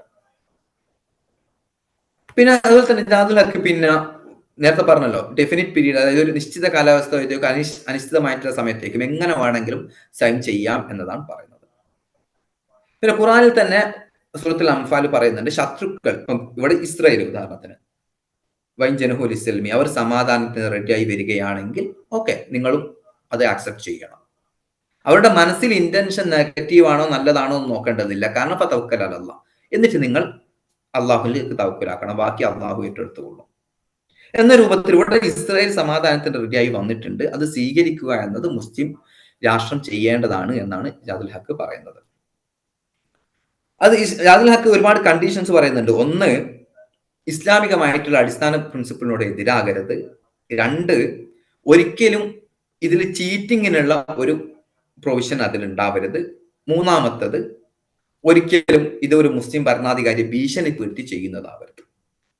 ഇപ്പൊ ക്യാമ്പ് ഡേവിഡ് അക്കോർഡ്, പിന്നെ ഈജിപ്ത് ഇസ്രായേലുമായിട്ട് സൈൻ ചെയ്ത ക്യാമ്പ് ഡേവിഡ് അക്കോർഡ്, ഇത് മൂന്നും വെച്ച് നോക്കുകയാണെങ്കിൽ ഒരു ഇസ്ലാമിനെതിരല്ല, ഇസ്ലാമികമായിട്ടുള്ള ഒന്നും മൗലികമായിട്ട് എതിരല്ല, ഇതൊരു ചീറ്റിംഗ് ഇല്ല, പിന്നെ ഈജിപ്ത് ഭരണാധികാരി അറിഞ്ഞുകൊണ്ട് തന്നെ ചെയ്തതാണ്, ഒരിക്കലും ത്രെട്ടിന്റെ ഭാഗമായി ചെയ്തതല്ല, അതുകൊണ്ടൊരു പ്രശ്നവും ഇല്ല എന്നുള്ളതാണ് ജാദുൽ ഹക്ക് പറയുന്നത്. ഇപ്പൊ ജാദുൽ ഹക്കിന്റെ ഡീറ്റെയിൽ ആയിട്ടുള്ള ഫത്വ ഉണ്ട്, വേണമെങ്കിൽ നമുക്ക് എന്താക്കാം, അതിന്റെ സ്ക്രീൻഷോട്ട് ഗ്രൂപ്പ് പിന്നെ ചാറ്റ് ബോക്സിലേക്ക് ഇടാം. അവര് അതിൽ പറയുന്നത് ഒരുപാട് കാര്യമാണ്. ഒന്ന്, ഇസ്ലാം സമാധാനത്തിന്റെ മതമാണ്, യുദ്ധം എന്നത് ഒരിക്കലും ഇസ്ലാമിന്റെ ലക്ഷ്യമല്ല. അപ്പൊ സമാധാനത്തിന് റെഡി ആയിക്കൊണ്ട് ശത്രു രാജ്യം വന്നാൽ, ഇസ്രായേൽ വന്നാൽ സ്വീകരിച്ചു കൊള്ളണം. പിന്നെ മുസ്ലിങ്ങളുടെ ഇൻട്രസ്റ്റിന് അത് റെഡിയാണെങ്കിൽ മുസ്ലിം ഭരണാധികാരിക്ക് തന്നെ അതുമായിട്ട് മുന്നോട്ട് പോകാവുന്നതാണ്. പിന്നെ ശത്രുക്കളുമായിട്ട് നബി സല്ലല്ലാഹു അലൈഹി വസല്ലം സമാധാന കരാർ സൈൻ ചെയ്തതിന് ഉദാഹരണമാണ് ഹുദൈബിയ ട്രീറ്റ്. അതുകൊണ്ട് അതൊക്കെ നബി സല്ലല്ലാഹു അലൈഹി വസല്ലം കാലത്ത് തന്നെ സംഭവിച്ചതാണ്. ഒരിക്കലും അതിപ്പോൾ പിന്നെ ഇസ്രായേലുമായിട്ട് സമാധാന കരാർ സൈൻ ചെയ്തതിന് ഈക്വൽ ആണ്. കാരണം നബി സല്ലല്ലാഹു അലൈഹി വസല്ലം മക്കയിൽ നിന്ന് പുറത്താക്കപ്പെട്ട ആളായിരുന്നു. അതുപോലെ തന്നെ പലസ്തീനികൾ അവരുടെ ഹോംലാൻഡിൽ നിന്ന് പുറത്താക്കപ്പെട്ടു. എന്നിട്ട് പോലും എന്താണ് നബി സല്ലല്ലാഹു അലൈഹി വസല്ലം സമാധാന കരാർ സൈൻ ചെയ്തതുപോലെ ഇപ്പോൾ അറബികൾക്കും ചെയ്യാവുന്നതാണ് എന്നതാണ് പറയുന്നത്. അപ്പൊ ജാദുൽ ഹക്കിന്റെ അഭിപ്രായ പ്രകാരം ഹുദൈബിയ ട്രീറ്റി എന്നത്, അല്ലെങ്കിൽ സൂറത്തുൽ അൻഫാലിൽ ശത്രുക്കൾ സമാധാനത്തിന് റെഡി ആവുകയാണെങ്കിൽ റെഡി ആവണം എന്നുള്ളതൊക്കെ തന്നെ ഇസ്ലാം മുന്നോട്ട് വെക്കുന്ന ഒരു സമാധാന കരാറിനെ സാധൂകരിക്കുന്നതാണ്. പിന്നീട് വലിയൊരു ഡിബേറ്റ് നടക്കുന്നത് 1993 PLO, പലസ്തീൻ അതുവരെ ഫൈറ്റിന് നേതൃത്വം കൊടുത്ത യാസർ അറഫാത്തിന്റെ PLO ഇസ്രയേലുമായിട്ട് സമാധാന കരാർ സൈൻ ചെയ്ത ശേഷമാണ്. അപ്പൊ അതിനുശേഷം ഒരു വലിയ ഡിബേറ്റ് ആ സമയത്ത് സൗദിയിലുള്ള ഗ്രാൻഡ് മുഫ്തി ആയിട്ടുള്ള ഇബ്നു ബാസും ഒരു മുസ്ലിം ബ്രദർഹുഡിന്റെ ഒരു ലീഡർ ആയിട്ടുള്ള, അല്ലെങ്കിൽ ഒരു വലിയൊരു ഇന്റലക്ച്വൽ ആയിട്ടുള്ള യൂസുഫുൽ കർളാവി, ഇവർ തമ്മിൽ നടക്കുന്നത്. അതിൽ ഇബ്നു ബാസ് എടുത്ത പൊസിഷൻ, ഒരു മുസ്ലിം ഭരണാധികാരിക്ക് ഒരു സമാധാന കരാർ സൈൻ ചെയ്താൽ അത് മുസ്ലിങ്ങൾക്ക് ബെനിഫിറ്റ് ആകും എന്ന് തോന്നുകയാണെങ്കിൽ ചെയ്യാവുന്നതാണ്. അപ്പൊ ഈ PLO ഒക്കെ തോന്നുന്നു സൈൻ ചെയ്യുന്നതാണ് ബെറ്റർ, അങ്ങനെയാണെങ്കിൽ ചെയ്യാവുന്നതാണ്. മറ്റൊന്ന്, PLO സൈൻ ചെയ്തു എന്ന് കരുതിയിട്ട് മറ്റു ഭരണാധികാരികൾക്കൊന്നും അത് ചെയ്യേണ്ടതില്ല. ഞാൻ നേരത്തെ സൂചിപ്പിച്ചിരുന്നു, ഇബ്നു ഖയ്യിം ഇബ്നു തൈമിയ്യനെ പിന്തുടർന്നുകൊണ്ട് ഇബ്നു ബാസിനും ഒരു ഫിക്സഡ് പീരീഡിലേക്ക് തന്നെ ആവണമെന്നില്ല. അപ്പൊ ഫിക്സഡ് പീരീഡ് അല്ലാത്ത സമയത്തേക്ക് സൈൻ ചെയ്യുകയാണെങ്കിൽ എപ്പോഴാണോ അത് മുസ്ലിങ്ങൾക്ക് ബ്രേക്ക് ചെയ്യണമെന്ന് തോന്നുന്നത് ആ സമയത്ത് ബ്രേക്ക് ചെയ്യാം. അതായത് ഇബ്നു ബാസിന്റെ പൊസിഷൻ നമ്മൾ മനസ്സിലാക്കേണ്ടത്, നിലവിലുള്ള അവസ്ഥയിൽ മുസ്ലിങ്ങൾ ഇസ്രായേലുമായിട്ട് യുദ്ധം ചെയ്യാൻ പ്രാപ്തമല്ല, മിലിറ്ററി കാപ്പബിൾ അല്ല, അതുകൊണ്ട് സമാധാന കരാർ സൈൻ ചെയ്യും. എന്നിട്ട് ഏതെങ്കിലും സമയത്ത് മിലിറ്ററി കാപ്പബിലിറ്റി വരുന്ന സമയത്ത് ഇത് ബ്രേക്ക് ചെയ്തിട്ട് പിടിച്ചെടുക്കപ്പെട്ട ഭൂമി തിരിച്ചു പിടിക്കാം. അതാണ് ഇബ്നു ബാസിന്റെ പൊസിഷൻ. നേരത്തെ ജാദുൽ ഹക്ക് ഇതിനെ സപ്പോർട്ട് ചെയ്തുകൊണ്ട് പറഞ്ഞത് ആ രൂപത്തിലുള്ള ഒരു അപ്രോച്ച് അല്ല, അടിസ്ഥാന ബന്ധം തന്നെ എന്താണ്, സമാധാനം എന്നുള്ളതാണ്. അതുകൊണ്ട് സമാധാന കരാർ സൈൻ ചെയ്തുകൊണ്ട് കുഴപ്പമില്ല എന്നുള്ളതാണ് ജാദുൽ ഹക്കിന്റെ പൊസിഷൻ. എന്നാൽ കർളാവി അതിനെ ഓപ്പോസ് ചെയ്തുകൊണ്ട് പറഞ്ഞു, ഇപ്പം ഖുറാനിൽ പറഞ്ഞിട്ടുണ്ട് സമാധാനത്തിന് റെഡി ആവുകയാണെങ്കിൽ, ഇൻക്ലൈൻ ടു പീസ് ആണെങ്കിൽ നിങ്ങളും സമാധാനം സ്വീകരിക്കണം എന്ന് പറഞ്ഞിട്ടുണ്ടെങ്കിൽ പോലും കർളാവി പറഞ്ഞു ഒരിക്കലും ഇസ്രായേൽ സമാധാനത്തിന് റെഡി ആയിട്ട് മുന്നോട്ട് വന്നിട്ടില്ല. പഞ്ചനഹുലിസ്ലിമി, അതായത് സമാധാനത്തിന് റെഡി ആയിട്ട് വരികയാണെങ്കിൽ ആക്സെപ്റ്റ് ചെയ്യണം എന്നാണല്ലോ പറഞ്ഞത്. ഇപ്പൊ ഒരിക്കലും അങ്ങനെ വന്നിട്ടില്ല എന്നാണ് കർളാവി പറയുന്നത്. അതിനൊരു ഉദാഹരണമായിട്ട് കർളാവി പറയുന്നു, ഒരു വീട് പിടിച്ചെടുത്തു, ഒരു കള്ളം വന്നിട്ട് ഒരു വീട് പിടിച്ചെടുക്കുന്നു. എന്നിട്ട് എന്താവുന്നു, ഈ വീട് വിട്ടുകൊടുക്കാതെ ഞങ്ങൾ സമാധാനത്തിന് റെഡിയാണെന്ന് കള്ളം പറയുകയാണെങ്കിൽ അതിനെ അഗ്രി ചെയ്യാൻ പറ്റുമോ? അതിനർത്ഥം സമാധാനത്തിന് റെഡിയാണെങ്കിൽ ഇവർ ആദ്യം ചെയ്യേണ്ടത് ഈ ഭൂമി വിട്ടു പോവുകയാണ് വേണ്ടത് എന്നാണ് കർളാവി എടുത്ത പൊസിഷൻ. പക്ഷെ ഇവന് പിന്നീട് അതിനെ കൗണ്ടറായിട്ട് പിന്നീട് പറഞ്ഞു, ഒരു വീട് കള്ളം പിടിച്ചെടുത്തു, അത് മൊത്തം നമുക്ക് തിരിച്ചു പിടിക്കാൻ പറ്റുന്നില്ല, അപ്പൊ 2 റൂം വിട്ടു തരാന്ന് കള്ളം പറഞ്ഞാൽ അത് സ്വീകരിക്കുകയാണ് ഇപ്പം ചെയ്യേണ്ടത് എന്നതാണ് ഇബ്നു ബാസിന്റെ പൊസിഷൻ. ഏതായാലും ഇബ്നു ബാസിന്റെ അഭിപ്രായത്തിൽ ഒരു സമാധാന കരാർ സൈൻ ചെയ്തു എന്നതുകൊണ്ട് അവരുമായിട്ട് ഫ്രണ്ട്ഷിപ്പ് ഉണ്ടായിക്കൊള്ളണമെന്നില്ല. അതേസമയത്ത് ഏതെങ്കിലും രാഷ്ട്രത്തിന് തോന്നുന്നു ഇസ്രായേലുമായിട്ട് പീസ് ട്രീറ്റി അല്ലെങ്കിൽ ട്രേഡ് അഗ്രിമെന്റ് ഒക്കെ നടത്തുന്നതുകൊണ്ട് കുഴപ്പമില്ല എന്ന് തോന്നുകയാണെങ്കിൽ, ആ മുസ്ലിം ലീഡർക്ക് അങ്ങനെ തോന്നുകയാണെങ്കിൽ ചെയ്യാം. ഇപ്പൊ സൗദി ഭരണാധികാരിക്ക് തോന്നുന്നു ഇസ്രായേലുമായിട്ട് നല്ല അഗ്രിമെന്റ് ആക്കാം എന്ന് തോന്നുകയാണെങ്കിൽ സൗദി ഭരണാധികാരിക്ക് ചെയ്യാം.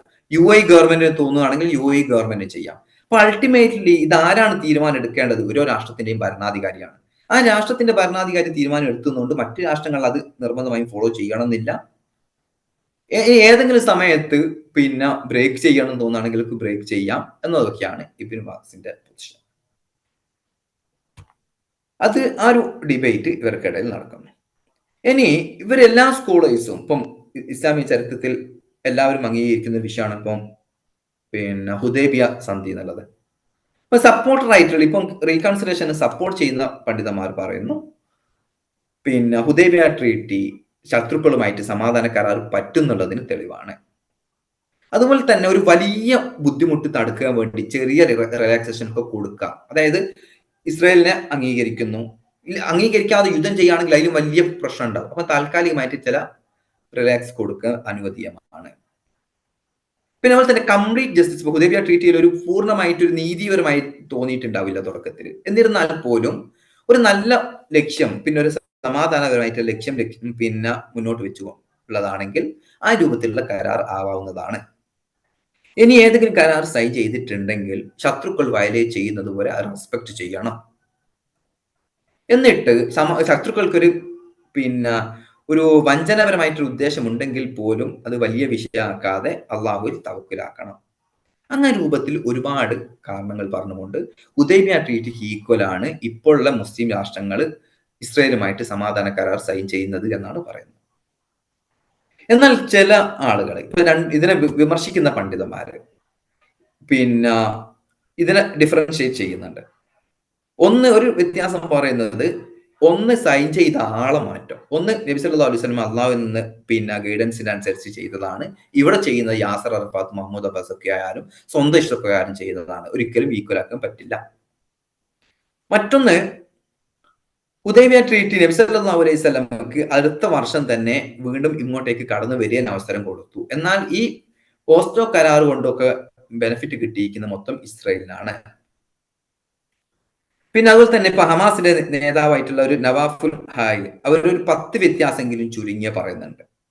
ഒന്ന്, ഹുദൈബിയ ട്രീറ്റിയുടെ സമയത്ത് മക്ക എന്നത് ദാറുൽ ഹർബായിരുന്നു, ദാറുൽ ഇസ്ലാം ആയിരുന്നില്ല. പക്ഷെങ്കിൽ പലസ്തീൻ എന്നുള്ളത് ദാറുൽ ഇസ്ലാം ആയിരുന്നു. അതിനെ ഇസ്രായേലുകൾ പിടിച്ചടക്കിയതാണ്. മറ്റൊന്ന്, ഓസ്ലോ എന്നുള്ളത് ടെമ്പററി പീരീഡ് അല്ല, ഒരു ഇൻഡെഫിനിറ്റ് ആയിട്ടാണ്. പക്ഷെ ഹുദൈബിയ ട്രീറ്റി ഒരു ടെമ്പററി ആയിട്ട് 10 വർഷത്തേക്കാണ്. പിന്നെ മറ്റൊരു വ്യത്യാസം ഉള്ളത്, ഹുദൈബിയ ട്രീറ്റിക്ക് ശേഷം നബി സല്ലല്ലാഹു അലൈഹി വസല്ലമയുടെ സ്റ്റേറ്റിനെ, മദീന എന്ന സ്റ്റേറ്റിനെ ഖുറൈശികൾ അംഗീകരിച്ചു. ഇവിടെ നേരെ ഓപ്പോസിറ്റ് ആണ് സംഭവിച്ചത്. ഇസ്രായേൽ എന്ന സ്റ്റേറ്റിനെ പലസ്തീനികൾ അല്ലെങ്കിൽ PLO അംഗീകരിക്കുകയാണ് ഉണ്ടായത്. ഇവിടെ ബെനിഫിറ്റ് ഉണ്ടായത് ജൂയിഷിനാണ്. പിന്നെ അതുപോലെ തന്നെ ഹുദൈബിയ ട്രീറ്റിക്ക് ശേഷം നബി സല്ലല്ലാഹു അലൈഹി വസല്ലമയായിട്ട് നല്ല ബന്ധത്തിലുള്ള ഗോത്രങ്ങൾക്കെല്ലാം ഫ്രീ ആയിട്ട് ട്രേഡ് ചെയ്യാൻ പറ്റി. ഇവിടെ ബെനിഫിറ്റ് ഉണ്ടായിരുന്നത് ഇസ്രായേലിനാണ്. ഈ ട്രീറ്റിക്ക് ശേഷം മറ്റു അറബ് രാഷ്ട്രങ്ങളുമായിട്ടൊക്കെ ട്രേഡ് ചെയ്യാൻ അവസരം കിട്ടിയിരിക്കുന്നത് ഇസ്രായേലിനാണ്. അങ്ങനെ ഒരുപാട്, ഇപ്പം ഹുദൈബിയ ട്രീറ്റിയിൽ പിന്നെ സൈൻ ചെയ്ത ഖുറൈശികൾ അവർ നബി സല്ലല്ലാഹു അലൈഹി വസല്ലം പുറത്താക്കിയിട്ടുണ്ടെങ്കിൽ ആ ഖുറൈശികൾ ആ നാട്ടുകാരായിരുന്നു. പക്ഷേ ഈ നിലവിലുള്ള ഇസ്രായേൽ താമസിക്കുന്ന ഇസ്രായേലുകൾ ആ നാട്ടുകാരല്ല, പുറത്തുനിന്ന് വന്നവരാണ്. അങ്ങനെ ഒരുപാട് വ്യത്യാസങ്ങൾ ഇവർ സൂചിപ്പിക്കുന്നുണ്ട്. പിന്നെ മറ്റൊരു ഇതുള്ളത്, ഇപ്പം സൂറത്തുൽ അൻഫാലിലുള്ള സമാധാനത്തിന് റെഡി ആവുകയാണെങ്കിൽ if the enemy inclines to peace make peace with them, അതുമായിട്ട് ബന്ധപ്പെട്ടും അഭിപ്രായ വ്യത്യാസങ്ങൾ വരുന്നു. ഇപ്പം തോഹാമി അല്ലെങ്കിൽ ജാദുൽ ഹക്ക്, ഇബ്നു ബാസ് ഒക്കെ അതിനെ റെഫർ ചെയ്തുകൊണ്ടാണ് പീസ് ട്രീറ്റി പറ്റുമെന്ന് പറയുന്നത്. പക്ഷെങ്കിൽ കർലാവിയെ പോലത്തെ ആളുകൾ ഒരിക്കലും എനിമി എന്തായിട്ടില്ല, പീസ് ട്രീറ്റിക്ക് റെഡി ആയിട്ടില്ല എന്ന് പറയും. ഈ രൂപത്തിലാണ് ഇപ്പം വ്യത്യസ്തമായിട്ടുള്ള അഭിപ്രായങ്ങൾ. പ്രധാനമായിട്ട് 3 അഭിപ്രായം. ഒന്ന് ജാദുൽ ഹക്കിന്റെ പൊസിഷൻ, ഒന്ന് ഇബ്നു ബാസിന്റെ പൊസിഷൻ, ഒന്ന് കർലാവിയുടെ പൊസിഷൻ. അതിലെ ജാദുൽ ഹക്കിന്റെ പൊസിഷൻ, ഇസ്ലാം സമാധാനത്തിന്റെ മതമാണ്. ഇസ്രായേൽ എന്ന രാഷ്ട്രം സമാധാനത്തിന് റെഡി ആയിട്ട് ഇങ്ങോട്ട് വന്നിട്ടുണ്ടെങ്കിൽ നിർബന്ധമായിട്ടും ആ സമാധാന കരാർ സ്വീകരിക്കേണ്ടതാണ്. പിന്നീട് അവരുമായിട്ട് യുദ്ധം ചെയ്യാൻ പോകേണ്ടതില്ല. ഒരു ഭരണാധികാരി അങ്ങനത്തെ ഒരു പിന്നെ സമാധാന കരാർ മുസ്ലിങ്ങൾക്ക് അല്ലെങ്കിൽ നാഷണൽ ഇൻട്രസ്റ്റ് എന്ന് പറയും. അപ്പൊ മസ്ലഹത്ത് എന്നുള്ള ഒരു മോഡേൺ സെൻസിൽ നാഷണൽ ഇൻട്രസ്റ്റ് യോജിക്കുന്നതാണെങ്കിൽ മുസ്ലിം ഭരണാധികാരികൾക്ക് ഇവരുമായിട്ട് സമാധാന കരാർ സൈൻ ചെയ്യാവുന്നതാണ്. പിന്നീട് ആ സമാധാന കരാർ ശത്രുപക്ഷം വയലേറ്റ് ചെയ്യുന്നത് വരെ വയലേറ്റ് ചെയ്യാനൊന്നും പാടില്ല. അതിനെ റെസ്പെക്ട് ചെയ്യണം എന്നുള്ളതാണ്. പക്ഷെ ഇബ്നു ബാസിന്റെ നേരെ ഓപ്പോസിറ്റ് ആയിട്ട് പറയുന്നത് സമാധാന കരാർ സൈൻ ചെയ്യാം, പക്ഷെ അതിന് കാരണം എന്താണ്, നിലവിൽ യുദ്ധം ചെയ്യാൻ പറ്റില്ല, മുസ്ലിം സൈഡ് വീക്കാണ്. ഏതെങ്കിലും സമയത്ത് മുസ്ലിം സൈഡ് സ്ട്രോങ് ആവുകയാണെങ്കിൽ അവരുമായിട്ട് യുദ്ധം ചെയ്ത് ഈ നഷ്ടപ്പെട്ട ഭൂമി തിരിച്ചെടുക്കാവുന്നതാണ്. കർലാവിയുടെ പൊസിഷൻ, നിലവിൽ പിന്നെ ഇസ്രായേൽ എന്നത് ഒരിക്കലും സമാധാനത്തിന് റെഡി ആയിട്ടില്ല. അവർ ജസ്റ്റ് പേരിന് മാത്രമേ, വാക്കിൽ മാത്രമേ ഉള്ളൂ, പ്രവർത്തനത്തിലില്ല. അതുകൊണ്ട് ഒരിക്കലും ഇവരുടെ സമാധാന കരാർ സൈൻ ചെയ്യാൻ പാടില്ല എന്നതായിരുന്നു. പക്ഷെ പിന്നീട് കർലാവിയും നിലപാട് മാറ്റുന്നുണ്ട്. 2 സ്റ്റേറ്റ് സൊല്യൂഷൻ, ഇസ്രായേൽ എന്ന രാഷ്ട്രം പലസ്തീൻ എന്ന രാഷ്ട്രം 2 രാഷ്ട്രമായിട്ട് വിഭജിച്ച് പിന്നെ ഒരു 2 സ്റ്റേറ്റ് സൊല്യൂഷൻ ഒക്കെ കർലാവിയും പിന്നീട് അംഗീകരിക്കുന്നുണ്ട്. ഇതാണ് നിലവിലുള്ള ഒരു ചർച്ചകൾ. ഓരോരുത്തരുടെയും പൊളിറ്റിക്കൽ അഫിലിയേഷൻ, അല്ലെങ്കിൽ അവർ പിന്നെ ഏത് നാട്ടിലാണ് ഉള്ളത്, അല്ലെങ്കിൽ അവർ മുന്നോട്ട് വെക്കുന്ന ഒരു പ്രിൻസിപ്പിൾ. നേരത്തെ പറഞ്ഞല്ലോ, പീസ് ആണോ ജസ്റ്റിസ് ആണോ ഇമ്പോർട്ടന്റ്. ഈ ജസ്റ്റിസിന് കൂടുതൽ ഇമ്പോർട്ട് കൊടുക്കുന്ന ആളുകൾ, നീതി കിട്ടിയ ശേഷം മാത്രമേ സമാധാന കരാർ സൈൻ ചെയ്യാൻ പാടുള്ളൂ എന്ന് പറയുമ്പോൾ പിന്നെ ആ പ്രശ്നം ഇങ്ങനെ മുന്നോട്ട് പോകും. അല്ലെങ്കിൽ നേരെ ഓപ്പോസിറ്റ് ആയിട്ട് പീസിന് ഇമ്പോർട്ടന്റ് കൊടുക്കണം, നിങ്ങൾ ജസ്റ്റിസിന് തന്നെ ഫുൾ ഇമ്പോർട്ടൻസ് കൊടുക്കുകയാണെങ്കിൽ ഈ പ്രശ്നം മുന്നോട്ട് പോകുന്നുണ്ട്. ഇപ്പം തൽക്കാലമായിട്ട് എന്താക്കണം, ഒരു ട്രൂസ് വേണം, അല്ലെങ്കിൽ ഒരു ഹുദന വേണം, പിന്നെ ജസ്റ്റിസിന് വേണ്ടി സാവകാശം ശ്രമിക്കാന്ന് പറയുന്ന ആളുകൾ ഇപ്പൊ സമാധാന കരാറുകൾക്ക് ഇമ്പോർട്ടന്റ് കൊടുക്കും. എല്ലാം ഇസ്ലാം മുന്നോട്ട് വെച്ച പ്രിൻസിപ്പിൾ തന്നെയാണ്. പക്ഷെ അത് പ്രിഫർ ചെയ്യുന്നതിലുള്ള മാറ്റങ്ങളാണ്. ഏതായാലും നമുക്ക് ഇനി തൽക്കാലമായിട്ട് ഞാൻ നിർത്താം. എന്തെങ്കിലും സംശയങ്ങൾ ഉണ്ടെങ്കിലോ ഡിസ്കഷനിലൊക്കെ മുന്നോട്ട് പോകാം. അസ്സലാമു അലൈക്കും.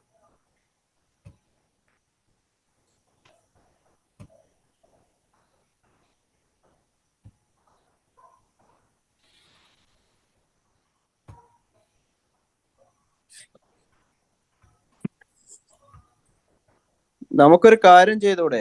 ഫലസ്തീനികളെ മുഴുവൻ മറ്റൊരു നാട്ടില് പോയി താമസിപ്പിക്കുകയും ഇസ്രായേല് സ്വതന്ത്രമായിട്ട് അവർക്ക് വിട്ടുകൊടുക്കുകയും ചെയ്തു കഴിഞ്ഞാല് അതിന്റെ ഇസ്ലാമിക നിയമം എന്താണ്? കുഫ്ർ ദാറുൽ അങ്ങനെ ഒരു നാട് വിട്ടുകൊടുക്കാൻ പറ്റും അവർക്ക്?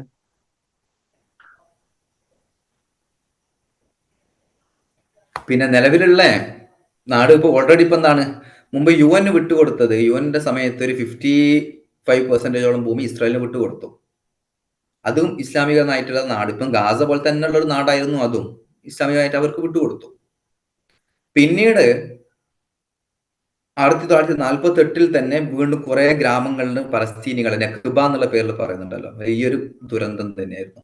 പലസ്തീനികളെ മൊത്തം ലക്ഷക്കണക്കിന് പലസ്തീനികളെ പുറത്താക്കിക്കൊണ്ട് ആ നാടും പിടിച്ചടക്കി. 78% ഭൂമി ഇസ്രായേൽ പിടിച്ചടക്കി. ആ 78% ഭൂമി നമുക്ക് ഇസ്രായേലിനെ പ്രതിരോധിക്കാൻ സാധിക്കാത്തൊരു സ്ഥിതിക്ക് ആ ജനങ്ങളെ നമ്മൾ സംരക്ഷിക്കുകയല്ലേ വേണ്ടത്. അപ്പൊ ആ ജനങ്ങൾക്ക് ജീവനും സ്വത്തിനും സന്തോഷകരമായിട്ട് മുന്നോട്ട് കൊണ്ടുപോകാൻ രൂപത്തിലും അവരെ വീണ്ടും ഇനിയുള്ള നെക്സ്റ്റ് ജനറേഷനെങ്കിലും ഈ ഒരു വലിയൊരു നരകത്തുനിന്ന് രക്ഷപ്പെടുത്തുക എന്നുള്ള രൂപത്തില് നമ്മള് അതെന്ത് ചെയ്താ അങ്ങനെ ഒരു കരാർ ഒരു മുസ്ലിം രാഷ്ട്രത്തിന് മുന്നോട്ട് കൊണ്ടുപോയിക്കൂടെ? അവരെ നേരത്തെ പറയും ഇതിനെ സപ്പോർട്ട് ചെയ്ത ആളുകളുണ്ടല്ലോ, പീസ് ട്രീറ്റിയെ സൈൻ ചെയ്തതിനെ സപ്പോർട്ട് ചെയ്ത ആളുകള്, ഇപ്പൊ ജാദുൽ ഹക്കാൻ ഇവരെ പോലത്തെ അവരതിനെതിരെ പറയില്ല. ഇപ്പം ഇവർ ജനങ്ങൾ മൊത്തം ഈജിപ്തിലേക്ക് പോകുന്നു, ഈ ഭൂമി എന്താകുന്നു, ഇസ്രായേലിന്റെ കയ്യിലാകുന്നു, അവരതിനെതിർക്കൂല. അവര് പ്രധാനമായിട്ടും എന്താകണം. പക്ഷെങ്കിൽ അതേ സമയത്ത് കാരണം എന്താണ്, ഈ ഓൾറെഡി ഇപ്പൊ 1993 ഇസ്രായേലുമായിട്ട് സമാധാന കരാർ ഓസ്ലോ കരാർ സൈൻ ചെയ്തപ്പോ 78% ഭൂമി ഇസ്രായേലിന് വിട്ടുകൊടുത്തുകൊണ്ടുള്ള ഒരു സമാധാന കരാറാണ് സൈൻ ചെയ്യുന്നത്. അതിനെ സപ്പോർട്ട് ചെയ്യുന്ന പണ്ഡിതന്മാർ അതിനെയാണ് സപ്പോർട്ട് ചെയ്തത്, ഇത്രയും ഭൂമി വിട്ടുകൊടുക്കുന്നതിനെ. പിന്നീട് ബാക്കിയുള്ള കുറച്ച് ഭൂമി മാത്രം പിന്നെ ഇവർക്ക് വിഷയമാവില്ലല്ലോ.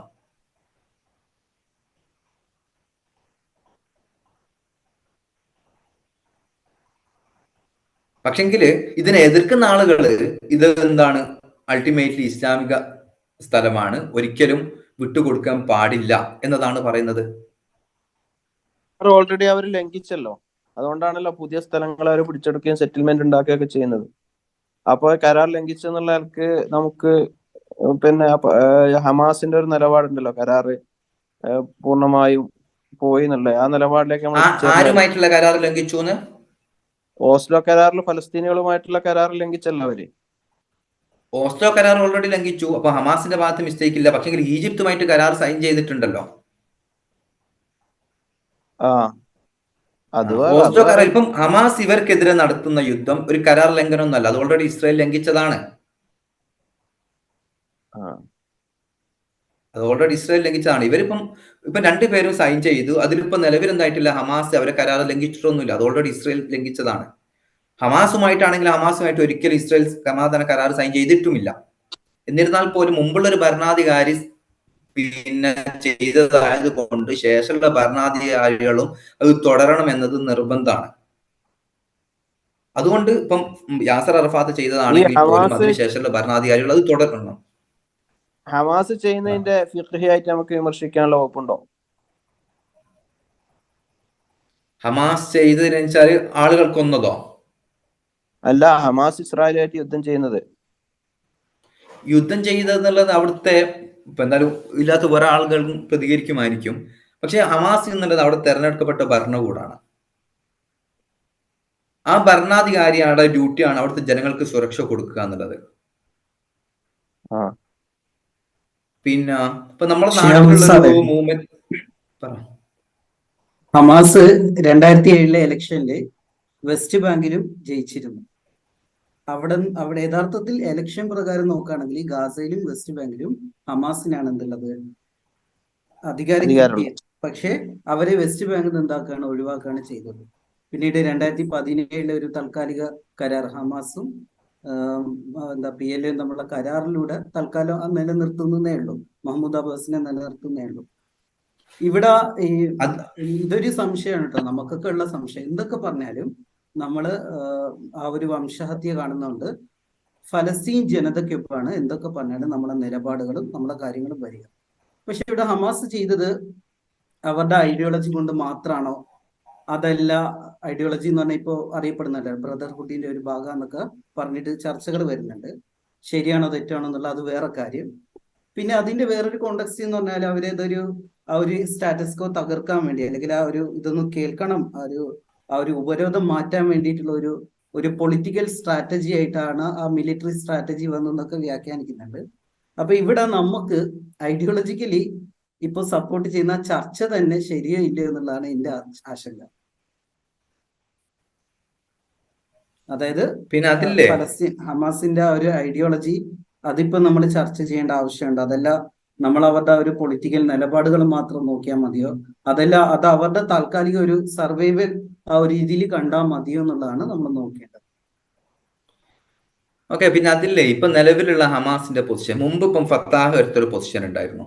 ഫത്താഹ് എടുത്ത പൊസിഷൻ എന്തായിരുന്നു വെച്ചാൽ യുദ്ധം മാത്രമാണ് പരിഹാരം, ഒരിക്കലും സമാധാന കരാർ പാടില്ല, പറ്റില്ല എന്ന നിലപാടായിരുന്നു 1993 വരെ ഏകദേശം ഫത്താഹും PLO ഒക്കെ എടുത്ത നിലപാട്. യുദ്ധേ പറ്റൂ, യുദ്ധത്തിന്റെ ഭാഷ മാത്രമേ ഇസ്രായേൽ മനസ്സിലാവൂ എന്നുള്ള നിലപാടായിരുന്നു എടുത്തത്. പിന്നീട് PLO പിന്നീട് മാറ്റം വരുന്നത് 1990-കൾക്ക് ശേഷം മാത്രമാണ് PLOക്ക് മാറ്റം വരുന്നത്. അതിന്റെ കോണ്ടക്സ്റ്റ് എന്താന്ന് വെച്ചാൽ ലോകത്തിലെ രാഷ്ട്രങ്ങളൊക്കെ പിന്നെ USSR തകരുന്നു, അമേരിക്ക ഡൊമിനന്റ് പവറായിട്ട് വരുന്നു, ഒരിക്കലും ഇനി ഇസ്രായേലിനോട് ഏറ്റുമുട്ടാൻ പറ്റില്ല എന്നുള്ള യാഥാർത്ഥ്യ ബോധം വരുന്നു. അങ്ങനെ ഇനി ഇസ്രായേലുമായിട്ട് സമാധാനം, ഒരിക്കലും യുദ്ധം ചെയ്ത് വിജയിക്കില്ല, സമാധാനപരമായിട്ട് കോഎക്സിസ്റ്റൻസ് മാത്രമേ സാധ്യമാവൂ എന്നൊരവസ്ഥയിലാണ് ഓസ്ലോ കരാർ സൈൻ ചെയ്യുന്നത്. പക്ഷെ ആ ഓസ്ലോ കരാറിന്റെ പ്രൊവിഷൻ കാരണവും മറ്റോ കാരണം ഹമാസ് ആ സമയത്ത് അതിനെ എതിർത്തു. പക്ഷെ പിന്നീട് ഹമാസും ഇസ്രായേലുമായിട്ട് ഒരു ഹുദ്നക്ക് റെഡിയാവുന്നുണ്ട്. പിന്നെ ഷെയ്ഖ് യാസീൻ തന്നെ ഹുദ്നക്ക് റെഡി ആയിക്കൊണ്ട് ഓഫർ കൊടുക്കുന്നുണ്ട്, നമ്മളെന്താണ് ട്രൂസിന് റെഡിയാണ്, സമാധാന കരാർ സൈൻ ചെയ്യാൻ റെഡിയാണെന്ന് ഇസ്രായേലിനോട് പറയുന്നുണ്ട്. പക്ഷെ ഇസ്രായേൽ അത് സ്വീകരിച്ചിട്ടില്ല. അത് ഹമാസ് എന്നത് ഇപ്പം ആണ് അവിടേക്ക് യുദ്ധം ചെയ്യണം തന്നെ താല്പര്യമുള്ള ഒരു സംഘടനയായിട്ട് കാണരുത്. അവരെന്താണ് ട്രൂസിന് റെഡിയാണ്, പക്ഷെ പലസ്തീൻ എന്ന രാഷ്ട്രത്തെ നിങ്ങൾ അംഗീകരിക്കുക, ഇസ്രായേൽ എന്ന രാഷ്ട്രവുമായിട്ട് ഞങ്ങൾ എന്താക്കാം കോഎക്സിസ്റ്റൻസിന് റെഡിയാണ് എന്നത് ഹമാസ് പലതവണ ഇസ്രായേലിനെ അറിയിച്ചിട്ടുണ്ട്. പക്ഷെ അതെന്തായിട്ടില്ല, ഇസ്രായേൽ ആക്സെപ്റ്റ് ചെയ്തിട്ടില്ല. ഹമാസ് എന്നതിനെ ഒരു തീവ്രവാദ സംഘടനയായി കാണുന്നത് കൊണ്ട് തന്നെ ഒരിക്കലും ഹമാസുമായിട്ടൊരു നെഗോസിയേഷന് പോലും ഇസ്രായേൽ റെഡിയാവുന്നില്ല. ഇസ്രായേൽ റെഡിയാവുന്നത് പിന്നെ ഫത്താഹു ഇതൊക്കെ ആയിട്ടാണ്. പക്ഷെ ഇവിടെ ഗാസയിൽ നിലവിൽ ഭരിക്കുന്നത് ഹമാസ് ആണല്ലോ. അവിടുത്തെ ജനങ്ങൾ ഇപ്പം വളരെ ബുദ്ധിമുട്ട് അനുഭവിക്കുന്ന സമയത്ത് ആ ജനങ്ങളെ മോചനത്തിന് വേണ്ടി പ്രവർത്തിക്കേണ്ട ബാധ്യതയും ഹമാസിനുണ്ട്. അല്ലെങ്കിൽ അവിടുത്തെ ജനങ്ങൾ മറ്റൊരു ഭരണകൂടത്തെ സെലക്ട് ചെയ്യണം. പക്ഷേ അതൊരു പിന്നെ ഇവർ സ്വീകരിക്കുന്ന സ്ട്രാറ്റജി, അതായത് നമ്മുടെ മുമ്പ് ഇൻതിഫാദ ഇവർ സ്വീകരിക്കുന്ന സ്ട്രാറ്റജിയെ നമുക്ക് ഒന്ന് പറയട്ടെ, ഇവർ സ്വീകരിക്കുന്ന സ്ട്രാറ്റജിയെ നമുക്ക് പുറത്തു നിന്ന് വിമർശിക്കാം. നമുക്കെന്താണ്, ഇപ്പൊ നേരത്തെ നിങ്ങൾ സൂചിപ്പിച്ച പോലെ നമ്മൾ പിന്തുണ കൊടുക്കേണ്ടത് ഇവർ സ്വീകരിക്കുന്ന സ്ട്രാറ്റജിക്കല്ല, ഇവർ മുന്നോട്ട് വെക്കുന്ന ലക്ഷ്യത്തിനാണ്. അതായത് പലസ്തീന്റെ വിമോചനം എന്നുള്ള ലക്ഷ്യത്തിനാണ് നമ്മൾ പിന്തുണ കൊടുക്കേണ്ടത്.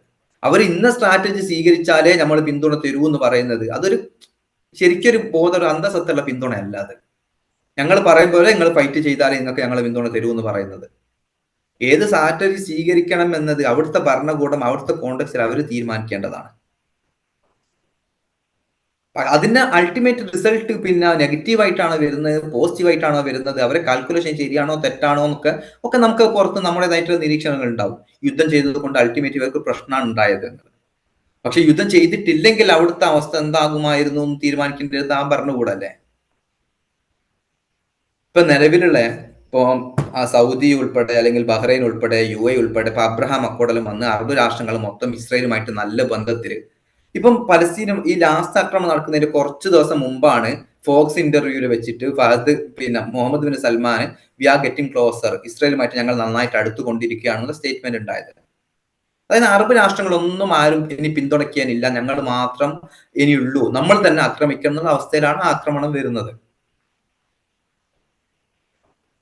ഇപ്പം ഇതല്ലാതെ മറ്റൊരു അൾട്ടർനേറ്റീവ് എന്താണ് എന്നത് അവിടുത്തെ ജനങ്ങൾ തന്നെയാണ് കണ്ടെത്താൻ. ഇപ്പൊ ഇന്ത്യയിൽ തന്നെ ഇന്ത്യൻ നാഷണൽ കോൺഗ്രസിൽ ഇപ്പം ഈ ബ്രിട്ടനെതിരെയുള്ള യുദ്ധത്തിൽ പല സ്ട്രാറ്റജി സ്വീകരിച്ചവരുണ്ടല്ലോ.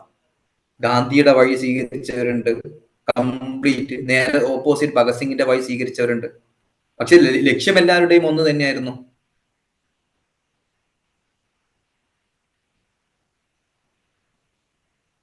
ഇനി ഈ പോരാട്ടത്തെ ഫലസ്തീനിലെ ജനങ്ങൾ മുഴുവൻ പിന്തുണക്കുന്നുണ്ടോ? അത് അവരുടെ സംഘടനാപരമായ കാര്യം മാത്രമാണ്, അല്ല ആസ് എ ഫലസ്തീൻ ഗവൺമെന്റ് എന്നുള്ള ആൾക്കാർ തീരുമാനിച്ചു തന്നെയാണ് ആ ജനങ്ങള് നിലവിലവിടെ ഭരിക്കുന്നത് ഇതല്ലേ. ഇപ്പൊ ഉദാഹരണത്തിന് ഇപ്പം പാകിസ്ഥാൻ ഇന്ത്യക്കെതിരെ, അല്ലെങ്കിൽ ഇന്ത്യ ചൈനക്കെതിരെ, ചൈന അല്ലെങ്കിൽ റഷ്യ ഉക്രൈനെതിരെ യുദ്ധം ചെയ്തിട്ടുണ്ടെങ്കിൽ അത് അവിടുത്തെ ഭരണകൂടത്തിന്റെ തീരുമാനമല്ലേ. അപ്പൊ ജനങ്ങളെ പിന്തുണ ഉണ്ടോ ഇല്ലയോ എന്നുള്ളത് ചിലപ്പോൾ ഇനി പോൾ നടത്തേണ്ടി വരും, അല്ലെങ്കിൽ പിന്നെ ഒരു ഇലക്ഷൻ നടത്തേണ്ടി വരും. ഇലക്ഷൻ നടക്കുമ്പോൾ ചിലപ്പോൾ വീണ്ടും ഈ പാർട്ടി തന്നെ വിജയിക്കുന്നുണ്ടാവും.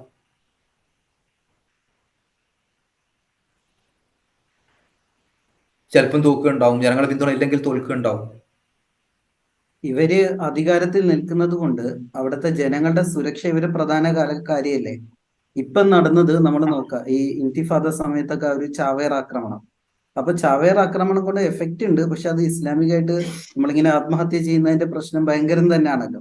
എനിക്ക് തോന്നുന്നില്ല എങ്ങനെ അംഗീകരിക്കാൻ പറ്റും എന്നുള്ള അതിന്റെ ചർച്ചകൾ നിങ്ങൾ അറിയാം, നമ്മൾ കേട്ടിട്ടുണ്ടല്ലോ. ഇപ്പൊ ഇവിടെ ഇതൊരു ആത്മഹത്യാപരമായ നിലപാടല്ലേ നടത്തിയത്. അവരെ അറ്റാക്ക് ചെയ്യുക, എന്തായാലും അവർ ഇതിന്റെ ആ ഒരു ഇസ്രായേലിന്റെ എന്താ പറയാ ആ ഒരു വൈകാരികമായിട്ടുള്ള പ്രതികാര വാഞ്ചയുള്ള ഇത്രയും ശക്തമായിട്ട് അവരെ നേരിടുമെന്നറിയാം. ആ ജനങ്ങളെ മുഴുവൻ ആക്രമണത്തിന് വിട്ടുകൊടുക്കുക, ഇതൊരു ആത്മഹത്യാപരമായിട്ടുള്ള രീതിയായിട്ടല്ലേ നമുക്ക് കാണാൻ പറ്റൂ. ഒരു കാര്യത്തെ നമ്മൾ ശരിയോ തെറ്റോ നോക്കുന്നത്, അല്ലെങ്കിൽ അതിനെ ജസ്റ്റിഫൈ ചെയ്യാൻ നോക്കുന്നത്, ഒന്നുകിൽ അതിന് മുമ്പുള്ള റീസൺ കൊണ്ടായിരിക്കും, അല്ലെങ്കിൽ അതിന് ശേഷം ഉണ്ടാകുന്ന റീസൺ കൊണ്ട്, എഫക്റ്റുകൾ കൊണ്ടായിരിക്കും.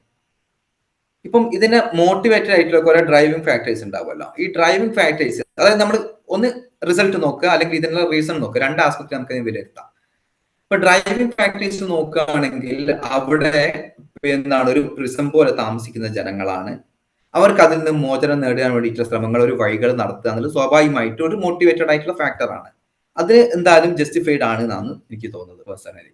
ഇനി ഇതിന്റെ റിസൾട്ട് നോക്കിയിട്ടുള്ളതാണ്, അതായത് ഇങ്ങനെ ആക്രമിച്ചാൽ തിരിച്ചു കൂടുതൽ ബുദ്ധിമുട്ടാണോ ഉണ്ടാകുക, അല്ലെങ്കിൽ പിന്നെ നെഗറ്റീവ് ആണോ പോസിറ്റീവ് ആണോ ഔട്ട്കം ഉണ്ടാകുക എന്നതാണ് പിന്നുള്ള വിഷയം. രണ്ട് കാര്യമുണ്ട്. ആക്രമിച്ചാൽ പിന്നീടുള്ള ഭാവി എന്തായിരിക്കും, ആക്രമിക്കാതെ തുടർന്നാൽ പിന്നീടുള്ള ഭാവി എന്തായിരിക്കും. ഇത് തമ്മിൽ കമ്പയർ ചെയ്തുകൊണ്ടാണ് നമ്മൾ അതിനെ ആ ഭാഗം അനലൈസ് ചെയ്യേണ്ടത്. ഇനി ആക്രമിച്ചിട്ടില്ലെങ്കിൽ അവിടുത്തെ അവസ്ഥ ഈ പ്രിസണായി തന്നെ തുടരുന്നു. അവിടുത്തെ ഇസ്രായേൽ അവർക്കെതിരെ നടത്തുന്ന പിന്നെ പ്രശ്നങ്ങളുണ്ടല്ലോ, അതായത് അവരുടെ വെള്ളത്തിൽ ചളിയാക്കുക, അത് മൊത്തം വൃത്തികളാക്കുക, പിന്നെ അവരുടെ യാത്രകൾ മൊത്തം നിയന്ത്രിക്കുക. ആ ഒരു അവസ്ഥ അങ്ങനെ തന്നെ തുടരുന്നു. അറബ് രാഷ്ട്രങ്ങൾ മൊത്തം ഇസ്രായേലുമായിട്ട് നല്ല ബന്ധത്തിലേക്ക് നീങ്ങുന്നു. ഈ അവസ്ഥ അങ്ങനെ തന്നെ തുടരും ആ ഒക്ടോബർ 7 ആക്രമണം ഉണ്ടായിട്ടില്ലെങ്കിൽ. ഇനി ഒക്ടോബർ 7 ആക്രമണം ഉണ്ടായാൽ ഒരു പക്ഷേ അതിന്റെ ഔട്ട്കം ഈ പലസ്തീനികളെ ഒരുപാട് പേരെ കൂട്ടക്കൊല ചെയ്യുന്നതായിരിക്കും. അല്ലെങ്കിൽ മറ്റൊരു സാധ്യത ഉള്ളത്, ഇസ്രായേലുമായിട്ട് സമാധാന കരാറിന് റെഡിയായി നിൽക്കുന്ന സൗദി ഉൾപ്പെട്ട രാഷ്ട്രങ്ങൾ അതിൽ നിന്ന് പിന്തിരിയാനും ഇസ്രായേലിന്റെ പിന്നെ പലസ്തീന്റെ ഒരു കോസിന് വേണ്ടിയിട്ട് കൂടെ നിൽക്കാനുമാണ് മറ്റൊരു സാധ്യത ഉള്ളത്. ഈ രണ്ട് സാധ്യതയാണ് നമ്മളുള്ളത്. ഒന്നുകിൽ എന്താണ് മൊത്തം പലസ്തീനികൾ കൂട്ടക്കൊല ചെയ്യപ്പെടുക, അല്ലെങ്കിൽ മറ്റ് അറബ് രാഷ്ട്രങ്ങളും മുസ്ലിം രാഷ്ട്രങ്ങളൊക്കെ പലസ്തീന്റെ കൂടെ നിന്നിട്ട് പലസ്തീന് വേണ്ടി ശബ്ദിക്കും. അപ്പം ഇതിന് മുമ്പുള്ള റീസൺ വെച്ച് നോക്കുകയാണെങ്കിൽ, അതായത് ആക്രമണത്തിന് മുമ്പുള്ള റീസൺ വെച്ച് നോക്കുകയാണെങ്കിൽ ഇവർക്ക് ജസ്റ്റിഫൈഡ് ആണെന്ന് തോന്നുന്നു. ശേഷമുള്ള ഔട്ട്കം വെച്ചിട്ട് വിലയിരുത്തുന്ന സമയത്ത് അത് ഇവരുടെ എക്സ്പെക്ടേഷൻ എന്തായാലും ഞാൻ മനസ്സിലാക്കുന്നത് ഈ അറബ് രാഷ്ട്രങ്ങളും ഇസ്ലാമിക രാഷ്ട്രങ്ങളൊക്കെ ഇവരെ കൂടെ നിൽക്കുന്നുള്ളതായിരിക്കും. അല്ലെങ്കിൽ ചുരുങ്ങിയത് ഇസ്രായേലുമായിട്ടുള്ള പിന്നെ ഒരു അടുപ്പം ഒഴിവാക്കും എന്നുള്ളതായിരിക്കും. പലസ്തീനികളുടെ ഒരു ശബ്ദം ലോകം കേൾക്കുന്നുള്ളതായിരിക്കും. അങ്ങനെ ഇവർക്ക് സാധിച്ചിട്ടുണ്ടെങ്കിൽ, ഇതുവരെ റിസൾട്ടിലേക്ക് എത്തിയെന്ന് പറയാനായിട്ടില്ല, അങ്ങനെ ഇവർക്ക് സാധിച്ചിട്ടുണ്ടെങ്കിൽ, അതായത് ഈ അറബ് രാഷ്ട്രങ്ങളൊക്കെ പലസ്തീനുകളെ കൂടെ നിൽക്കുന്നു, ഇസ്ലാമിക് രാഷ്ട്രങ്ങൾ പലസ്തീനുകളെ കൂടെ നിൽക്കുന്നു, ഒരു 2 സ്റ്റേറ്റ് സൊല്യൂഷന് വേണ്ടിയിട്ട് ലോകത്ത് ശബ്ദം വരുന്നു, അങ്ങനെ അല്ലെങ്കിൽ വെസ്റ്റേൺ രാഷ്ട്രങ്ങളൊക്കെ ഇതിന് പലസ്തീനികളുടെ കോസ് എന്താണെന്ന് മനസ്സിലാക്കുന്നു, ആ ഒരു ഔട്ട്കമിലേക്ക് ഇവർക്ക് എത്താൻ സാധിച്ചിട്ടുണ്ടെങ്കിൽ കുറച്ചു പേർ കൊല്ലപ്പെട്ടാൽ പോലും ഒരു ബെറ്റർ റിസൾട്ടിലേക്ക് ഇവർക്ക് എത്താൻ പറ്റിയെന്ന് മനസ്സിലാക്കാം. ഇനി അങ്ങനെ ഔട്ട്കം എത്തുന്നില്ല, ഇപ്പോഴും അറബ് രാഷ്ട്രങ്ങളൊക്കെ ഇസ്രായേലിന്റെ കൂടെ തന്നെയാണ് നിൽക്കുന്നത്, പലസ്തീനികൾ ഇപ്പോഴും ഒറ്റപ്പെട്ട് തന്നെയാണുള്ളത്, എന്നാൽ ഇവരുടെ ആ ശ്രമം പരാജയപ്പെട്ടു എന്ന് മനസ്സിലാക്കാം. ഒരു ശ്രമം നടത്തിയത് ഈ ഒരു ലക്ഷ്യം വെച്ചിട്ടാകാം, ഒരുപക്ഷെ പരാജയമാകാം, അല്ലെങ്കിൽ വിജയമാകാം. തീരെ ശ്രമം നടത്തിയിട്ടില്ലെങ്കിൽ എന്ത് സംഭവിക്കും? അവരുടെ ആ സ്റ്റാറ്റസ് കോ അങ്ങനെ തന്നെ തുടരും. അതൊരിക്കലും അവർക്ക് സമാധാനപരമായിട്ടുള്ള ഒരു അവസ്ഥയായിരുന്നില്ല. ഇല്ലെങ്കിൽ മറ്റു രാഷ്ട്രങ്ങൾ മുന്നോട്ട് വരണം. അങ്ങനെ ആരും മുന്നോട്ട് വരുന്നുമില്ലല്ലോ. അറബ് രാഷ്ട്രങ്ങളൊന്നും മുന്നോട്ട് വരുന്നില്ല. ഏറ്റവും റീസെന്റ് ആയിട്ട് അബ്രഹാം അക്കോർഡ് വന്നു.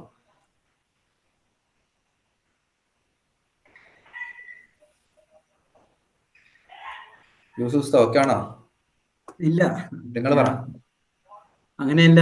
ഈ അവർക്ക് ഇനി തിരിച്ചു വന്ന ഇപ്പൊ ഈജിപ്റ്റ് ഒക്കെ കരാർ വെച്ചതാണല്ലോ.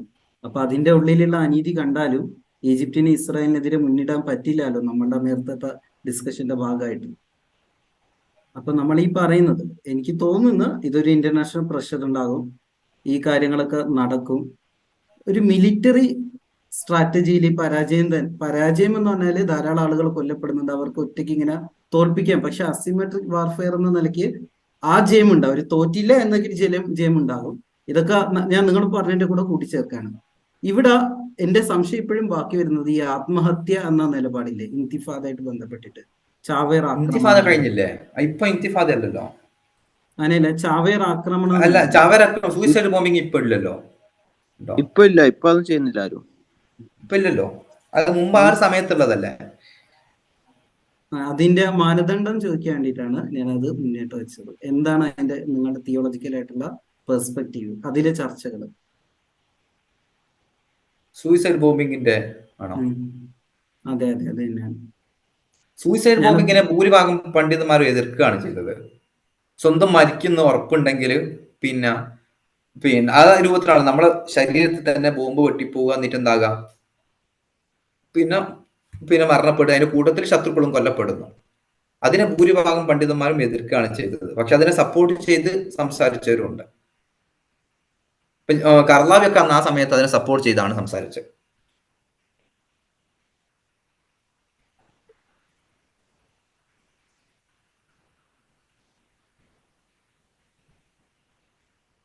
രണ്ട് വിഷയമുണ്ട്. ഈ കൊല്ലപ്പെടുന്ന ആളുകളുണ്ടല്ലോ, ഈ സൂയിസൈഡ് ബോംബിംഗ് ആയിട്ട് കൊല്ലപ്പെടുന്ന ആളുകളെ, അവര് കൊല്ലപ്പെടാൻ അർഹരാണോ, അങ്ങനെ ഒരു യുദ്ധത്തിന്റെ കാഴ്ചപ്പാടിൽ കൊല്ലപ്പെടാൻ അർഹരാണോ എന്നുള്ളത് അവിടെ പരിഗണിക്കേണ്ടതുണ്ട്. അതാണ് സാധാരണ സിവിലിയൻസ് ആണോ കൊല്ലപ്പെടുന്നത്? പിന്നെ അങ്ങനെയാണെങ്കിൽ സിവിലിയൻസിനെ അറ്റാക്ക് ചെയ്യാൻ പറ്റുമോ? പിന്നെ നമ്മൾ തന്നെ മരിക്കുന്ന ഉറപ്പുണ്ടെങ്കിൽ പോയിട്ട് യുദ്ധം ചെയ്യാൻ പറ്റുമോ? ഇപ്പൊ നമ്മുടെ നാട്ടിൽ തന്നെ ഇപ്പൊ ഉദാഹരണത്തിന് മലബാർ സമരം നടന്നല്ലോ. മലബാർ സമരം നടന്ന സമയത്ത് ഇപ്പൊ മാലി മുസ്ലിയാർക്കൊക്കെ വിമർശിച്ചുകൊണ്ട് ഇപ്പൊ ഷാലിയാത്ത് ഉൾപ്പെടുന്ന ഒരുപാട് പണ്ഡിതന്മാർ വന്നിട്ടില്ലേ? പിന്നെ അതായത് നിങ്ങൾ ഇപ്പൊ വലിയ തോക്കും കൊണ്ട് വരുന്നതിനടുക്ക് നിങ്ങൾ കത്തിയായിട്ട് പോയിട്ട് കാര്യമില്ല എന്നാണ് സിമ്പിൾ ലോജിക്ക്. അതുകൊണ്ട് ഒരിക്കലും വിജയം ഉണ്ടാവില്ല, ഒരിക്കലും ഇതാവില്ല എന്നുള്ളത്. അപ്പൊ അങ്ങനെ എതിർക്കുന്നവരുണ്ട്. പക്ഷെ ഇതെന്താണ്, ഓരോരോ വകുപ്പില്ല, ഇതേ പരിഹാരമുള്ളൂ, ആരും നമ്മളെ തിരിഞ്ഞു നോക്കാനില്ല എന്ന അവസ്ഥ വന്നത് കൊണ്ട് അതിനെ ഏറ്റെടുക്കുന്നവരുണ്ട്. ഓക്കെ, എന്റെ അവസാനത്തെ ക്വസ്റ്റ്യൻ, ഇപ്പോഴത്തെ നിലവിലുള്ള സാഹചര്യങ്ങൾ കണ്ടാണല്ലോ, ഇപ്പൊ ഇസ്രായേലിലെ പ്രിസണർ കൊല്ലപ്പെടുന്നു, പിന്നെ അസിമെട്രിക് വാർഫെയറിൽ ഹമാസ് വിജയിക്കുന്നു എന്ന് പറഞ്ഞാൽ ആ സൂചനയില് ധാരാളം ടാങ്കുകൾ തകരുന്നു. ഈ നിലയ്ക്ക് എന്താണ് ഇതിന്റെ ഒരു ഫ്യൂച്ചർ എന്നുള്ളതിനെ പറ്റിയിട്ടുള്ള ഒരു താങ്കളുടെ കാഴ്ചപ്പാടാണ് നന്നായി. ഇനി എന്താണ് ഫ്യൂച്ചർ സാധ്യത എന്നുള്ളത്? ഈ അറബ് രാഷ്ട്രം, നേരത്തെ സൂചിപ്പിച്ച ഈ അറബ് രാഷ്ട്രങ്ങൾ ഇവരെ സപ്പോർട്ട് ചെയ്യുമോ ഇല്ലയോ എന്നുള്ളതാണ് ഏറ്റവും പ്രധാനമായിട്ടുള്ള ക്വസ്റ്റ്യൻ. സപ്പോർട്ട് ചെയ്യാന്നുള്ള വാക്കിലുണ്ടായാൽ പോരെ. ഇപ്പൊ ഇറാൻ തന്നെ ഞങ്ങളിപ്പോ ഉദാഹരണത്തിന് ഓരോ അതിര് വെക്കും, ഈ അതിര് ലംഘിച്ചാൽ ഞങ്ങൾ ഇടപെടും, പിന്നെ അതിരൊന്ന് നീട്ടി വരയ്ക്കും, ഈ അതിര് ലംഘിച്ചാൽ ഞങ്ങൾ ഇടപെടും. അങ്ങനെ ഒരുപാട് പ്രാവശ്യം പറഞ്ഞു എന്നല്ലാതെ ഇതുവരെ ഇടപെട്ടില്ലല്ലോ. പിന്നെ അതുപോലെ തന്നെ ഈ സൗദി ഉൾപ്പെട്ട രാഷ്ട്രങ്ങൾ ഇപ്പൊ മുമ്പൊരു ഓയിൽ എംബാർഗോ ഉണ്ടായിരുന്നു 1973 ശേഷം. ഈ വെസ്റ്റേൺ രാഷ്ട്രങ്ങൾക്ക് ഓയിൽ കൊടുക്കാതിരിക്കുക, അങ്ങനെ ഒരു ക്രിയാത്മകമായിട്ടുള്ള ഒരു വലിയ ഇടപെടൽ ഇവരുടെ ഭാഗത്തു നിന്ന് ഉണ്ടാവുകയാണെങ്കിൽ ഒരു നല്ല വിജയം ഒരുപക്ഷെ പലസ്തീനികൾക്ക് ഉണ്ടാവുമായിരിക്കും. ഇല്ലെങ്കിൽ ഇപ്പം താൽക്കാലികമായിട്ട് യുദ്ധം, ഇന്റർനാഷണൽ പ്രഷർ കാരണമായിട്ട് യുദ്ധം ഇവർ ഉണ്ടാകും. പിന്നെ അവിടുത്തെ തകർന്ന ഭൂമികൾ അങ്ങനെ തന്നെ തകർന്നു കിടക്കും, പലസ്തീനികൾ വീണ്ടും ഉണ്ടാക്കേണ്ടി വരും. ഈജിപ്ത് നേരത്തെ ചോദിച്ചല്ലോ, ഈജിപ്ത് നിലവിൽ പറഞ്ഞിരിക്കുന്നത് ഒരിക്കലും പലസ്തീനികളെ ഞങ്ങളുടെ നാട്ടിലേക്ക് എടുക്കില്ല, അവരെ ബോർഡർ അടച്ചിട്ടിരിക്കുകയാണ്. ഇനി ഇങ്ങോട്ടേക്ക് വരികയാണെങ്കിൽ, നിർബന്ധിക്കുകയാണെങ്കിൽ ഇസ്രായേലുമായിട്ട് ഞങ്ങൾ എന്താവും, പ്രശ്നമാകും, ഡിപ്ലോമാറ്റിക് റിലേഷൻസിനെ നെഗറ്റീവായി ബാധിക്കുന്നതാണ് ഈജിപ്ത് പറഞ്ഞിരിക്കുന്നത്. പിന്നെ അതുകൊണ്ട് പലസ്തീനികളെ ഈജിപ്ത് അങ്ങോട്ടേക്ക് കയറ്റുന്നില്ല. അതേസമയത്ത് പലസ്തീനികൾക്ക് ആരും നിലവിൽ എന്തില്ല, ഒരു വലിയ ആയുധ സപ്പോർട്ടുകളൊന്നും പ്രത്യക്ഷത്തിൽ ഒറ്റ രാഷ്ട്രങ്ങളും ഒരു വലിയ രാഷ്ട്രങ്ങളൊന്നും നിലവിൽ എന്താക്കുന്നില്ല, കൊടുക്കുന്നില്ല. ഏതെങ്കിലും രാഷ്ട്രങ്ങൾ അങ്ങനെ പിന്തുണയ്ക്കുകയാണെങ്കിൽ ഒരു പക്ഷെ സാധ്യമാവും. അല്ലെങ്കിൽ ഇപ്പൊ UN ഒരു നിർബന്ധിതമായിട്ട് ഒരു 2 സ്റ്റേറ്റ് സൊല്യൂഷൻ ഏതെങ്കിലും ഒരു ബൗണ്ടറി വെച്ചിട്ട് വരയ്ക്കണം. അതിനിപ്പം റെഡി നമ്മള് ആവുമെന്ന് ഫലസ്തീനികൾക്ക് വേണ്ടി ചെയ്യാവുന്ന 2 ഓപ്ഷനല്ലേ ഉള്ളൂ. ഒന്നുകിൽ പിന്നെ അവരെ എന്ത് ചെയ്യുക, അവർക്ക് വേണ്ടി ഈ 2 സ്റ്റേറ്റ് സൊല്യൂഷനിലേക്ക് ആവുന്ന രൂപത്തിൽ ഡിപ്ലോമാറ്റിക്കലോ അല്ലെങ്കിൽ മിലിറ്ററി ഉപയോഗിച്ചിട്ടുള്ള ഒരു നടപടിയിലേക്ക് കടക്കുക, അല്ലെങ്കിൽ അവരെ രക്ഷിക്കുക, അവരെ ആ ഭൂമിയിൽ നിന്ന് രക്ഷിച്ചെടുത്ത് മറ്റൊരു സ്ഥലത്ത് റിഹാബിലേറ്റ് ചെയ്യുക. 2-1 ഇപ്പൊ ചെയ്യാനുള്ളൂ.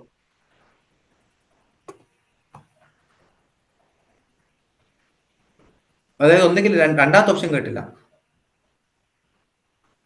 ഓപ്ഷൻ ആ ജനങ്ങളെ റിഹാബിലേറ്റ് ചെയ്യാം. എങ്ങോട്ട്? അവരെ ഹലോ എങ്ങോട്ട്? എവിടേക്കെങ്കിലും പിന്നെ അവരെ എന്ത് ചെയ്യാ, മറ്റൊരു സ്ഥലത്തേക്ക് മാറ്റുക. മറ്റു സ്ഥലം പലസ്തീൻ്റെ ഉള്ളിലോ പുറത്തോ? പുറത്തുള്ള പുറം രാഷ്ട്രങ്ങൾ സ്വീകരിക്കണ്ടേ? ഇപ്പൊ ഈജിപ്ത് സ്വീകരിക്കില്ല. അതന്നെ, ഏതായാലും ഫലസ്തീനിന്റെ സംരക്ഷകരായിട്ട് അറബ് ലീഗ് ആണെങ്കിലും അല്ലെങ്കിൽ പിന്നെ UN ആണെങ്കിലും ചെയ്യാവുന്ന ഒരു സൊല്യൂഷൻ അതേ ഉള്ളൂ. മൂന്നാമത്തെ ഒരു സൊല്യൂഷൻ ഉണ്ട്. അതായത് ഇവരെ കൂടിയിട്ട് ഒരു സിംഗിൾ രാഷ്ട്രമാക്കി മാറ്റാം. പലസ്തീനികളും ഇസ്രായേലുകളും എല്ലാം കൂടി താമസിക്കാൻ പറ്റുന്ന ഒരു സിംഗിൾ രാഷ്ട്രം ഉണ്ടാക്കുക. അതായത് ഗാസയും വെസ്റ്റ് ബാങ്കും എല്ലാ സ്ഥലങ്ങളും ഇസ്രായേലിന്റെ ഭാഗമായിട്ട് ലയിപ്പിച്ചിട്ട് ഒറ്റ സിംഗിൾ രാഷ്ട്രമാക്കാം. ആ സിംഗിൾ രാഷ്ട്രത്തിന് നിങ്ങൾ ഇസ്രായേലിനോ പലസ്തീനോ വേറെ എന്തെങ്കിലും പേരിട്ട ഒരു സിംഗിൾ രാഷ്ട്രം, എന്നിട്ട് അതൊരു ഡെമോക്രാറ്റിക് സ്റ്റേറ്റ് ആക്കാം. പക്ഷെ അതിനെന്താവില്ല, ഒരിക്കലും ഇസ്രായേൽ അംഗീകരിക്കില്ല എന്നുള്ളതാണ് ഒരു വലിയ പ്രശ്നം. കാരണം അങ്ങനെ ഒരു ലാൻഡ് പ്രഖ്യാപിച്ചു അങ്ങനെ ഒരു ലാൻഡ് അങ്ങനെ ഒരു ഇത് വരികയാണെങ്കിൽ അവിടെ എന്താണ്, പഴയ കാലത്ത് റെഫ്യൂജികളായിട്ട് പോയവർ തിരിച്ചു വരും.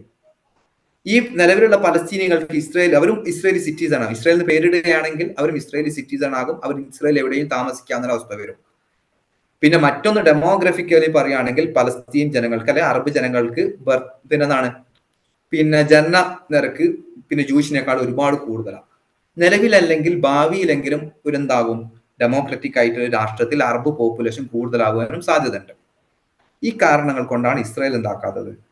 ഇപ്പൊ വെസ്റ്റ് ബാങ്കും ഗാസയും ഒക്കെ ഇസ്രായേലിന് വേണമെന്ന് പറയും. പിന്നെ ആ സ്ഥലങ്ങൾ പിടിച്ചെടുക്കാൻ മിലിറ്ററി കാപ്പബിലിറ്റിയും ഇസ്രായേലിനുണ്ട്. ഈ കാര്യവും ഉറപ്പാണ്. പിന്നെ എന്തുകൊണ്ട് പിടിച്ചടക്കുന്നില്ല എന്നുള്ള ചോദ്യത്തിന് ഉത്തരം കൂടിയാണ് അത്. ഈ സ്ഥലം മതി ഇവർക്ക്, ഈ ജനങ്ങൾ ഇസ്രായേലിലേക്ക് വരുന്നത് വലിയ ബുദ്ധിമുട്ടാണ് ഇസ്രായേലിനെ സംബന്ധിച്ചോ.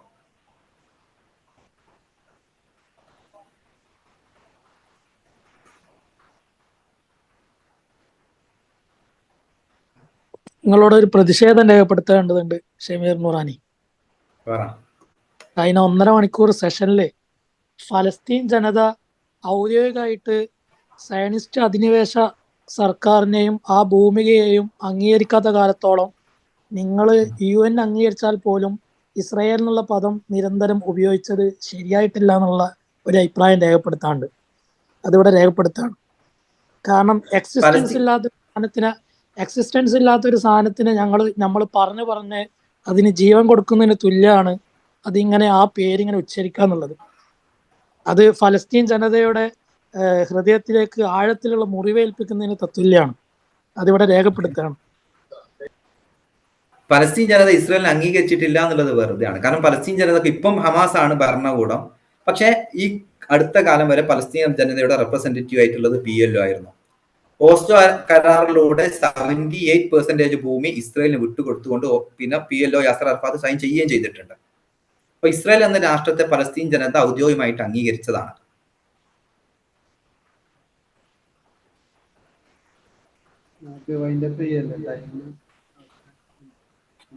ഏതൊരാൾ എന്തോ ചോദിച്ചിരുന്നല്ലോ ചാറ്റ് ബോക്സിൽ.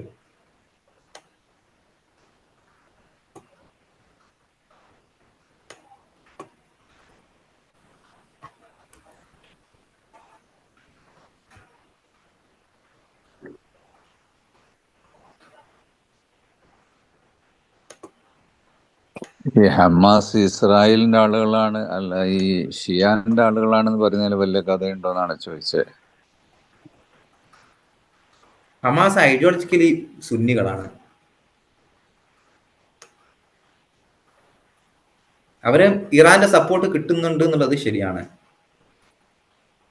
ഇറാന്റെ സപ്പോർട്ട് ഇപ്പൊ എന്താണ് ഡയറക്റ്റ് ഇപ്പൊ എന്താണ് വലിയ മിലിറ്ററി സപ്പോർട്ട് ഒന്നും നിലവിൽ കൊടുത്തിട്ടില്ല. ഒരുപാട് വിഷയം മുമ്പേ ഈ ഹമാസ് വരുന്നതിന് മുമ്പ് ഇറാന് തുർക്കി ഈ 2 രാഷ്ട്രങ്ങളായിരുന്നു ഇസ്രായേലിനെ ഏറ്റവും ആദ്യം അംഗീകരിച്ച മിഡിൽ ഈസ്റ്റിലെ രാഷ്ട്രങ്ങൾ, തുർക്കിയും ഇറാനും. 1979 വരെ ഇസ്രായേലിനെ അംഗീകരിച്ച രാഷ്ട്രമായിരുന്നു ഇറാൻ എന്നുള്ളത്. 79 റവല്യൂഷന് ശേഷം യാസർ അറഫാത്തിനെ വിളിച്ചു. ഇസ്രായേലിന്റെ എംബസിയുടെ സെയിം താക്കോല് തന്നെ, സെയിം എംബസി തന്നെ ഇസ്രായേൽ എംബസി പൂട്ടി പകരം PLO ഏൽപ്പിച്ചു. അന്നും PLOയുമായിട്ട് വളരെ നല്ല ബന്ധം. അതിനുശേഷം ഇടയ്ക്കിടയ്ക്ക് പ്രശ്നങ്ങൾ ഉണ്ടാവാറുണ്ട് പല കാരണങ്ങൾ കൊണ്ട്. ഉദാഹരണത്തിന് ഇറാഖ് വാറിന്റെ സമയത്ത് ഇറാഖിനെ ആയിരുന്നു PLO സപ്പോർട്ട് ചെയ്തത്. അങ്ങനെ ഒരുപാട് കാരണങ്ങൾ കൊണ്ട് പ്രശ്നം ഉണ്ടാവാറുണ്ടെങ്കിൽ പോലും PLOയുമായിട്ടൊരു നല്ല ബന്ധം കീപ്പ് ചെയ്തിട്ടുണ്ട്. അതിനുശേഷം ഇവിടെ ഇസ്ലാമിക് ജിഹാദ് സ്ഥാപിച്ചതിലും ഇറാനും പ്രധാനപ്പെട്ട ഒരു വലിയ റോളുണ്ട്. പിന്നെ ഹമാസിനും പിന്നെ ഒരുപാട് കാരണങ്ങൾ കൊണ്ട് ഇപ്പൊ ഇറാൻ മുന്നോട്ട് വെച്ച ഒരു ഐഡിയോളജിയാണ് ഈ ഒപ്രസ്ഡ് കമ്മ്യൂണിറ്റിയെ സപ്പോർട്ട് ചെയ്യാന്നുള്ളത്, മുസ്തദഫീൻ. പിന്നെ അതിൽ തേർഡ് വേൾഡ് രാഷ്ട്രങ്ങൾ പെട്ടു. കാരണം ഈ അതുവരെ 79 ശേഷം പിന്നെ നോൺ അലൈൻമെന്റ് മൂവ്മെന്റിന്റെ ഭാഗമായിട്ട് ഇറാൻ മാറിയിട്ടുണ്ട്. അപ്പൊ ഈ ഒപ്രസ്ഡ് കമ്മ്യൂണിറ്റിയെ സപ്പോർട്ട് ചെയ്യുക എന്നൊരു ഇറാന്റെ ഒരു പൊളിറ്റിക്കൽ പിന്നെ ഒരു ഐഡിയോളജി ഉണ്ട്. അതുകൂടി ബേസ്ഡ് ആക്കിക്കൊണ്ടാണ് പലസ്തീന്റെ ഈ കോസിനെ സപ്പോർട്ട് ചെയ്യുന്നത്. അല്ലാതെ ഹമാസ് എന്ന വിഭാഗം ഭൂരിഭാഗവും സുന്നികളാണ്, പലസ്തീനികൾ ഭൂരിഭാഗവും സുന്നികളാണ്. പിന്നെ പലസ്തീനികളെ സംബന്ധിച്ചോളം നിലവിൽ ഒരു സഹായം കിട്ടുക എന്നുള്ളത് വളരെ അത്യാവശ്യമാണ്. അത് സൗദിനായാലും ബഹ്റൈൻ ആയാലും അല്ലെങ്കിൽ ഇറാൻ ആയാലും പിന്നെ റഷ്യ ആയാലും ചൈന ആയാലും എവിടെ നിന്ന് അവർ സപ്പോർട്ട് കിട്ടിയാലും അവർ സ്വീകരിക്കും. അങ്ങനത്തെ ഒരു അവസ്ഥയിലാണ് നിലവിൽ പലസ്തീനികൾ ഉള്ളത്. അതിപ്പോ ഇറാന്റെ ഭാഗത്തു നിന്ന് സപ്പോർട്ട് കിട്ടുകയാണെങ്കിൽ ഓക്കെ, അതും അവർ സ്വീകരിക്കും.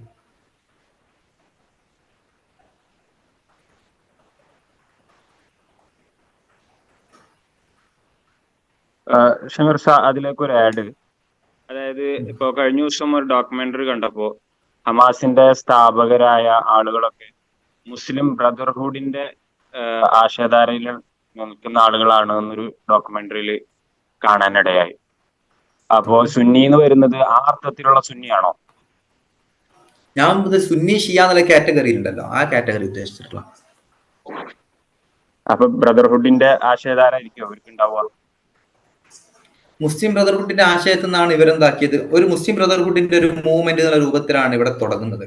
പിന്നെ അവിടെ നമ്മളൊന്ന് കൂട്ടിച്ചേർക്കേണ്ടത് പലസ്തീനിൽ ഫത്താഹ് എന്നുള്ള ഇതുണ്ടല്ലോ പാർട്ടി, 1960 അത് രൂപീകരിച്ചതിന്റെ ലീഡേഴ്സും ആ സമയത്ത് മുസ്ലിം ബ്രദർഹുഡിന്റെ ആളുകൾക്ക് തന്നെയായിരുന്നു. പിന്നീട് 80 പിന്നെ ഈ ഇതിന്റെ പ്രവർത്തനം, ഈ ഹമാസിന്റെ പ്രവർത്തനം തുടക്കത്തിൽ റിലീജിയസ് ആക്ടിവിറ്റീസ്, സോഷ്യൽ ആക്ടിവിറ്റീസിനെ കൂടുതൽ ഫോക്കസ് ചെയ്തായിരുന്നു ഹമാസ് ഉണ്ടായിരുന്നത്. അതൊക്കെ നേതൃത്വം കൊടുത്തത് മുസ്ലിം ബ്രദർഹുഡാണ്. പിന്നെ അവരുടെ പ്രവർത്തനങ്ങൾ പിന്നീട് തുടക്കത്തിൽ എത്രത്തോളം എന്ന് വെച്ചാൽ ഇവർ തുടക്കത്തിൽ ഒരു പൊളിറ്റിക്കലി ഇൻവോൾവ്മെന്റ് വളരെ കുറവായിരുന്നു. ഒരു സോഷ്യൽ റിലീജിയസ് മേഖലയിൽ മാത്രമായിരുന്നു ഇവർ ശ്രദ്ധ കേന്ദ്രീകരിച്ചത്. ഫസ്റ്റ് ഇന്തിഫാദയ്ക്ക് ശേഷമാണ് പിന്നെ കുറച്ചുകൂടി എന്താണ് പൊളിറ്റിക്കൽ മേഖലയിലേക്ക് ഹമാസ് കടന്നു വരുന്നത്. എത്രത്തോളം എന്ന് വെച്ചാൽ ആ സമയത്ത് യാസർ അറഫാത്ത് ഒക്കെ ഇതിനെ വിമർശിച്ചുകൊണ്ട് പറഞ്ഞത് ഇതൊരു ഇസ്രായേലിന് വേണ്ടി പ്രവർത്തിക്കുന്ന ഒരു വിഭാഗമാണ്, പലസ്തീനികൾ ഒരു ഡിവൈഡ് ആൻഡ് റൂൾ പോളിസിയുടെ ഭാഗമായിട്ട് ഇസ്രായേൽ രൂപീകരിച്ച ഒരു സാധനമാണ് ഹമാസ് എന്ന് പറഞ്ഞവരുണ്ട്. യാസർ അറഫാത്ത് പോലും ആ ഒരു വാദം മുന്നോട്ട് വെച്ചിട്ടുണ്ട്. ഒരു കാര്യം ഉറപ്പാണ്, ഹമാസ് രൂപീകരിച്ചത് പിന്നെ അതിന്റെ തുടക്കത്തിലുള്ള പ്രവർത്തനങ്ങളൊക്കെ മുസ്ലിം ബ്രദർഹുഡിന്റെ ആശയമാണ്. പക്ഷെ അതിലൊരു മാറ്റം വരുന്നത് എന്താണെന്ന് വെച്ചാൽ ഹമാസിന് ഒരിക്കലും ഒരു ലോക ഇസ്ലാമിക് ബ്രദർഹുഡ് എന്നൊരു കൺസെപ്റ്റിലല്ല ഹമാസ് മുന്നോട്ട് പോകുന്നത്. അവരുടെ ലക്ഷ്യം പലസ്തീനിന്റെ ലിബറേഷൻ മാത്രമാണ്. കാരണം ലോകം മൊത്തം ഒരു ഇസ്ലാമിക് ഉമ്മ എന്ന കൺസെപ്റ്റ് ബേസ് ആക്കിക്കൊണ്ടല്ല ഹമാസിന്റെ പ്രവർത്തനം നടക്കുന്നത്. മുസ്ലിം ബ്രദർഹുഡിന് ചിലപ്പോൾ അങ്ങനത്തെ ഒരു ആശയമുള്ളവരുണ്ടാവും, ലോകം ഇസ്ലാമിക് ഉമ്മ എന്നുള്ള ആ ഒരു കൺസെപ്റ്റ് ബേസ് ആയിക്കൊണ്ടല്ല ഹമാസ് പോകുന്നത്. ആ പലസ്തീൻ എന്ന ഒരു കോസിന് വേണ്ടി അതിനെ ഇസ്ലാമൈസ് ചെയ്യുക എന്ന ലക്ഷ്യത്തിന് വേണ്ടി മാത്രമാണ് ഹമാസ് പ്രവർത്തിക്കുന്നത്. അപ്പൊ ഇപ്പൊ മുജാഹിദിന്റെ ചില പക്ഷങ്ങളുടെ സർക്കുലർ ഒക്കെ പുറത്തു വന്നത് ഷിയാക്കളുടെ ഒരു ഒരു വാസന അവർക്കുണ്ട് എന്നുള്ള രീതിയിൽ വന്നത് എന്തിന്റെ അടിസ്ഥാനത്തിലായിരിക്കും? ഈ ഇറാന്റെ സപ്പോർട്ടൊക്കെ തന്നെ ആയിരിക്കും? ഇറാന്റെ സപ്പോർട്ട് കിട്ടുന്നുണ്ട് എന്നുള്ളതാണ് ഒന്ന് പ്രധാനമായിട്ട് കാരണം. പിന്നെ മറ്റൊന്ന് മുമ്പ് ഈ ഖത്തർ ഇപ്പൊ ഇവരെ സപ്പോർട്ട് ചെയ്യുന്നുണ്ടല്ലോ, ഹമാസിനെ നന്നായി സപ്പോർട്ട് ചെയ്ത രാഷ്ട്രമാണ് ഖത്തർ എന്നുള്ളത്. സൗദി ആ സമയത്ത് ഖത്തറിനെ ഉപരോധിക്കാനും കാരണം, ഖത്തറിന് പ്രശ്നമാക്കാനും കാരണം എന്താണെന്ന് വെച്ചാൽ ഖത്തർ ഹമാസിനെ സപ്പോർട്ട് ചെയ്യുന്നു എന്നുള്ളതാണ്. അപ്പം ഷിയ എന്നുള്ള രൂപത്തിൽ മാത്രമല്ല ഇവർ സ്വീകരിക്കുന്നത്. ഖത്തർ എന്നുള്ള സുന്നി രാഷ്ട്രമല്ലേ, ഒരു ബ്രോഡർ സെൻസിൽ സുന്നി എന്ന് എടുക്കുകയാണെങ്കിൽ. പക്ഷെ സൗദിക്ക് അതും പ്രശ്നമാണ്. ഒരു സൗദി പ്രേരണത്തിലാണ് ഇപ്പോഴത്തെ മുജാഹിദ് മുമ്പുകൾ ഇത്രയും സ്ട്രോങ് ആയിട്ട് എന്താക്കുന്നത്, ഇതിനെ എതിർക്കുന്നത്, ഈ ഹമാസിനെ എതിർക്കുന്നത്. സൗദി അറേബ്യ ഹമാസിനെ ആ രൂപത്തിൽ എതിർത്തു. ഹമാസിനെ സപ്പോർട്ട് ചെയ്യൂ എന്ന കാരണമാണ് പിന്നെ ഖത്തറിനെ ഉപരോധിക്കാനുള്ള ഒരു പ്രധാനപ്പെട്ട ഒരു കാരണം.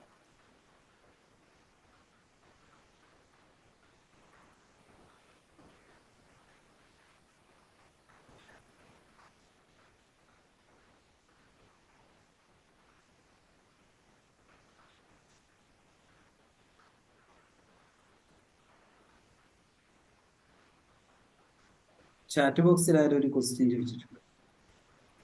ഞാൻ തുറക്കുന്നത് നടക്കണില്ല. ചൈനയുടെ സപ്പോർട്ട് ഹമാസ് എന്തുകൊണ്ട് സ്വീകരിച്ചില്ല എന്നുള്ളത്. സ്വീകരിച്ചില്ലേ? അതിന് മുകളിൽ ഓരോ ചോദ്യം ഉണ്ടല്ലോ. സ്വീകരിച്ചു എന്നുള്ള രൂപത്തിലാണല്ലോ ഹമാസ് ചൈന ബന്ധം വളരുന്നു എന്നുള്ള രൂപത്തിലാണ് വാഷിംഗ്ടൺ പോസ്റ്റിലോ ഈ അമേരിക്ക എന്ന് വരുന്ന ഈ പത്രങ്ങളിലൊക്കെ ഉള്ളത്.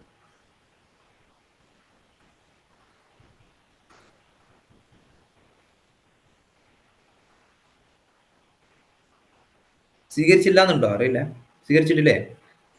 സ്വീകരിച്ചെന്നാണ് നമ്മള് വായിച്ചപ്പോ മനസ്സിലാക്കുന്നത്. അതാ ചോദിച്ചു.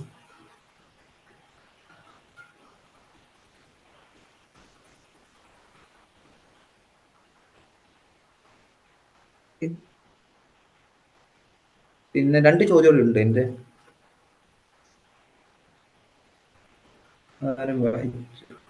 നജീബ് നൂറാനിന്റെ ഹമാസ് എന്നതിൽ നിന്നും മാറി വൈദേശിക ആക്രമണം നേരിടേണ്ടി വരുന്ന ഒരു രാജ്യത്തെ പൗരന്മാർ എന്ന നിലയ്ക്ക് അവർ നടത്തുന്ന പ്രതിരോധ പ്രത്യാക്രമണ പ്രവർത്തനങ്ങൾക്ക് മതപരമായ ന്യായം കണ്ടെത്താൻ കഴിയുമോ എന്നുള്ളത്.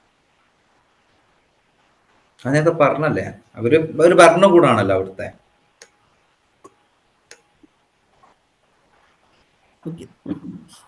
പിന്നെ ആ ഭരണകൂടം ഏത് രൂപത്തിലുള്ള പ്രതിരോധം നടത്തണം എന്ന ഭരണകൂടല്ലേ തീരുമാനിക്കേണ്ടത്. ആ തീരുമാനം ചിലപ്പോൾ എന്തായിരിക്കും, സ്ട്രാറ്റജിക്കലി നോക്കുകയാണെങ്കിൽ ബ്ലാണ്ടർ ആയിരിക്കും ഒരു പക്ഷേ. അതിന്റെ റിസൾട്ട് ഒരു പക്ഷേ നെഗറ്റീവായ റിസൾട്ട്, നേരത്തെ യൂസുഫ് നൂറാനിയുടെ ചോദ്യം പറഞ്ഞ പോലെ തന്നെ ഒരു പക്ഷേ നെഗറ്റീവ് ആയിട്ടുള്ള റിസൾട്ട് വന്നേക്കാം.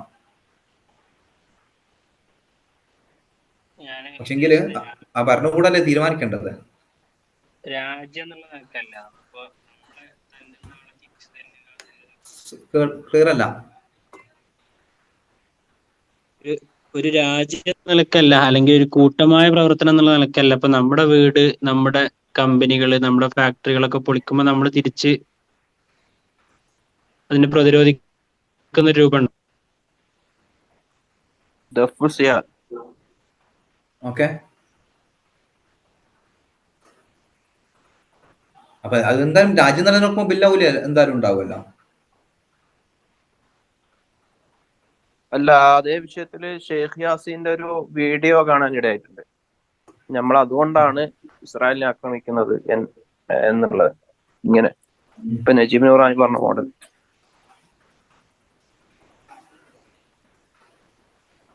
അതെന്റെ വീട്ടിൽ മുസ്ലിങ്ങൾ വന്നാലും ഞാൻ അവരെ അറ്റാക്ക് ചെയ്യുന്നുള്ള നിലയ്ക്ക്, ജൂതന്മാരായത് കൊണ്ടല്ല അവരെ അറ്റാക്ക് ചെയ്യുന്നത്, നമ്മളെ വീട്ടിൽ മുസ്ലിങ്ങൾ അക്രമികൾ എന്നുള്ള രൂപത്തില്, അക്രമികൾ എന്ന നിലയ്ക്ക്. അത് നമ്മള് പണ്ഡിതന്മാരല്ലേ, പാകിസ്ഥാൻ ഇന്ത്യയെ ആക്രമിച്ചാല് നമ്മൾ മുസ്ലിങ്ങൾ ഇന്ത്യയുടെ കൂടെ നിൽക്കുന്നുള്ള. അതെ അതെ, എനിക്ക് കുറെ സംശയമുണ്ട്, പക്ഷെ ഇത് സമയം വൈകിയതുകൊണ്ട് മുണ്ടാത്ത ഒരു ചെറിയ സംശയം. ഹമാസും ഇസ്രായേലും അത് ആരോ സംശയം ചോദിച്ചാ.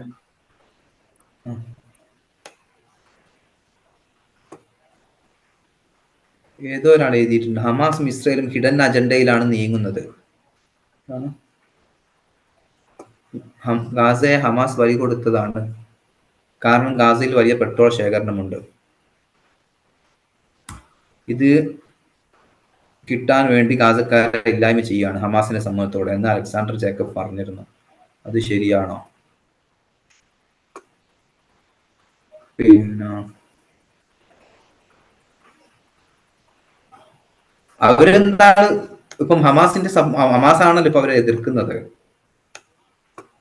ആ പെട്രോൾ ശേഖരം എന്നുള്ളത് ഇസ്രായേലിന്റെ ഒരു ലക്ഷ്യമാണ് എന്നുള്ളത് ശരിയാണ്. പെട്രോൾ ശേഖരം ഉണ്ട് എന്നുള്ളതും ശരിയാണ്. പിന്നെ ഹിഡൻ അജണ്ടയിലൂടെയാണ് നീങ്ങുന്നത് എന്നുള്ളതിന് ഇപ്പൊ എന്താ തെളിവുള്ളത്? അത് തുടക്കത്തിൽ തന്നെ ഹമാസിന്റെ രൂപീകരണം തന്നെ ഇസ്രായേലിന്റെ അജണ്ടയാണെന്ന് പറഞ്ഞ ആളുകളുണ്ട്. ഞാൻ നേരത്തെ പറഞ്ഞല്ലോ, രൂപീകരണം തന്നെ ഒരു ഡിവൈഡ് ആൻഡ് റൂൾ പോളിസിയുടെ ഭാഗമായിട്ട് ഇസ്രായേൽ ചെയ്തതാണ്. അതുവരെ എല്ലാ ജനങ്ങളും പിന്നെ PLOയുടെ കീഴിലായിരുന്നല്ലോ. അപ്പൊ യാസർ അറഫാത്ത് പോലും അഭിപ്രായം പറഞ്ഞിട്ടുണ്ട് ഹമാസിന്റെ രൂപീകരണത്തിൽ തന്നെ പങ്കുണ്ട് എന്നുള്ളത്. അതിപ്പോഴുള്ളതിൽ ഇസ്രായേലിന് ഈ രൂപത്തിൽ റോൾ ഉണ്ടോ എന്നുള്ളത് അറിയില്ല.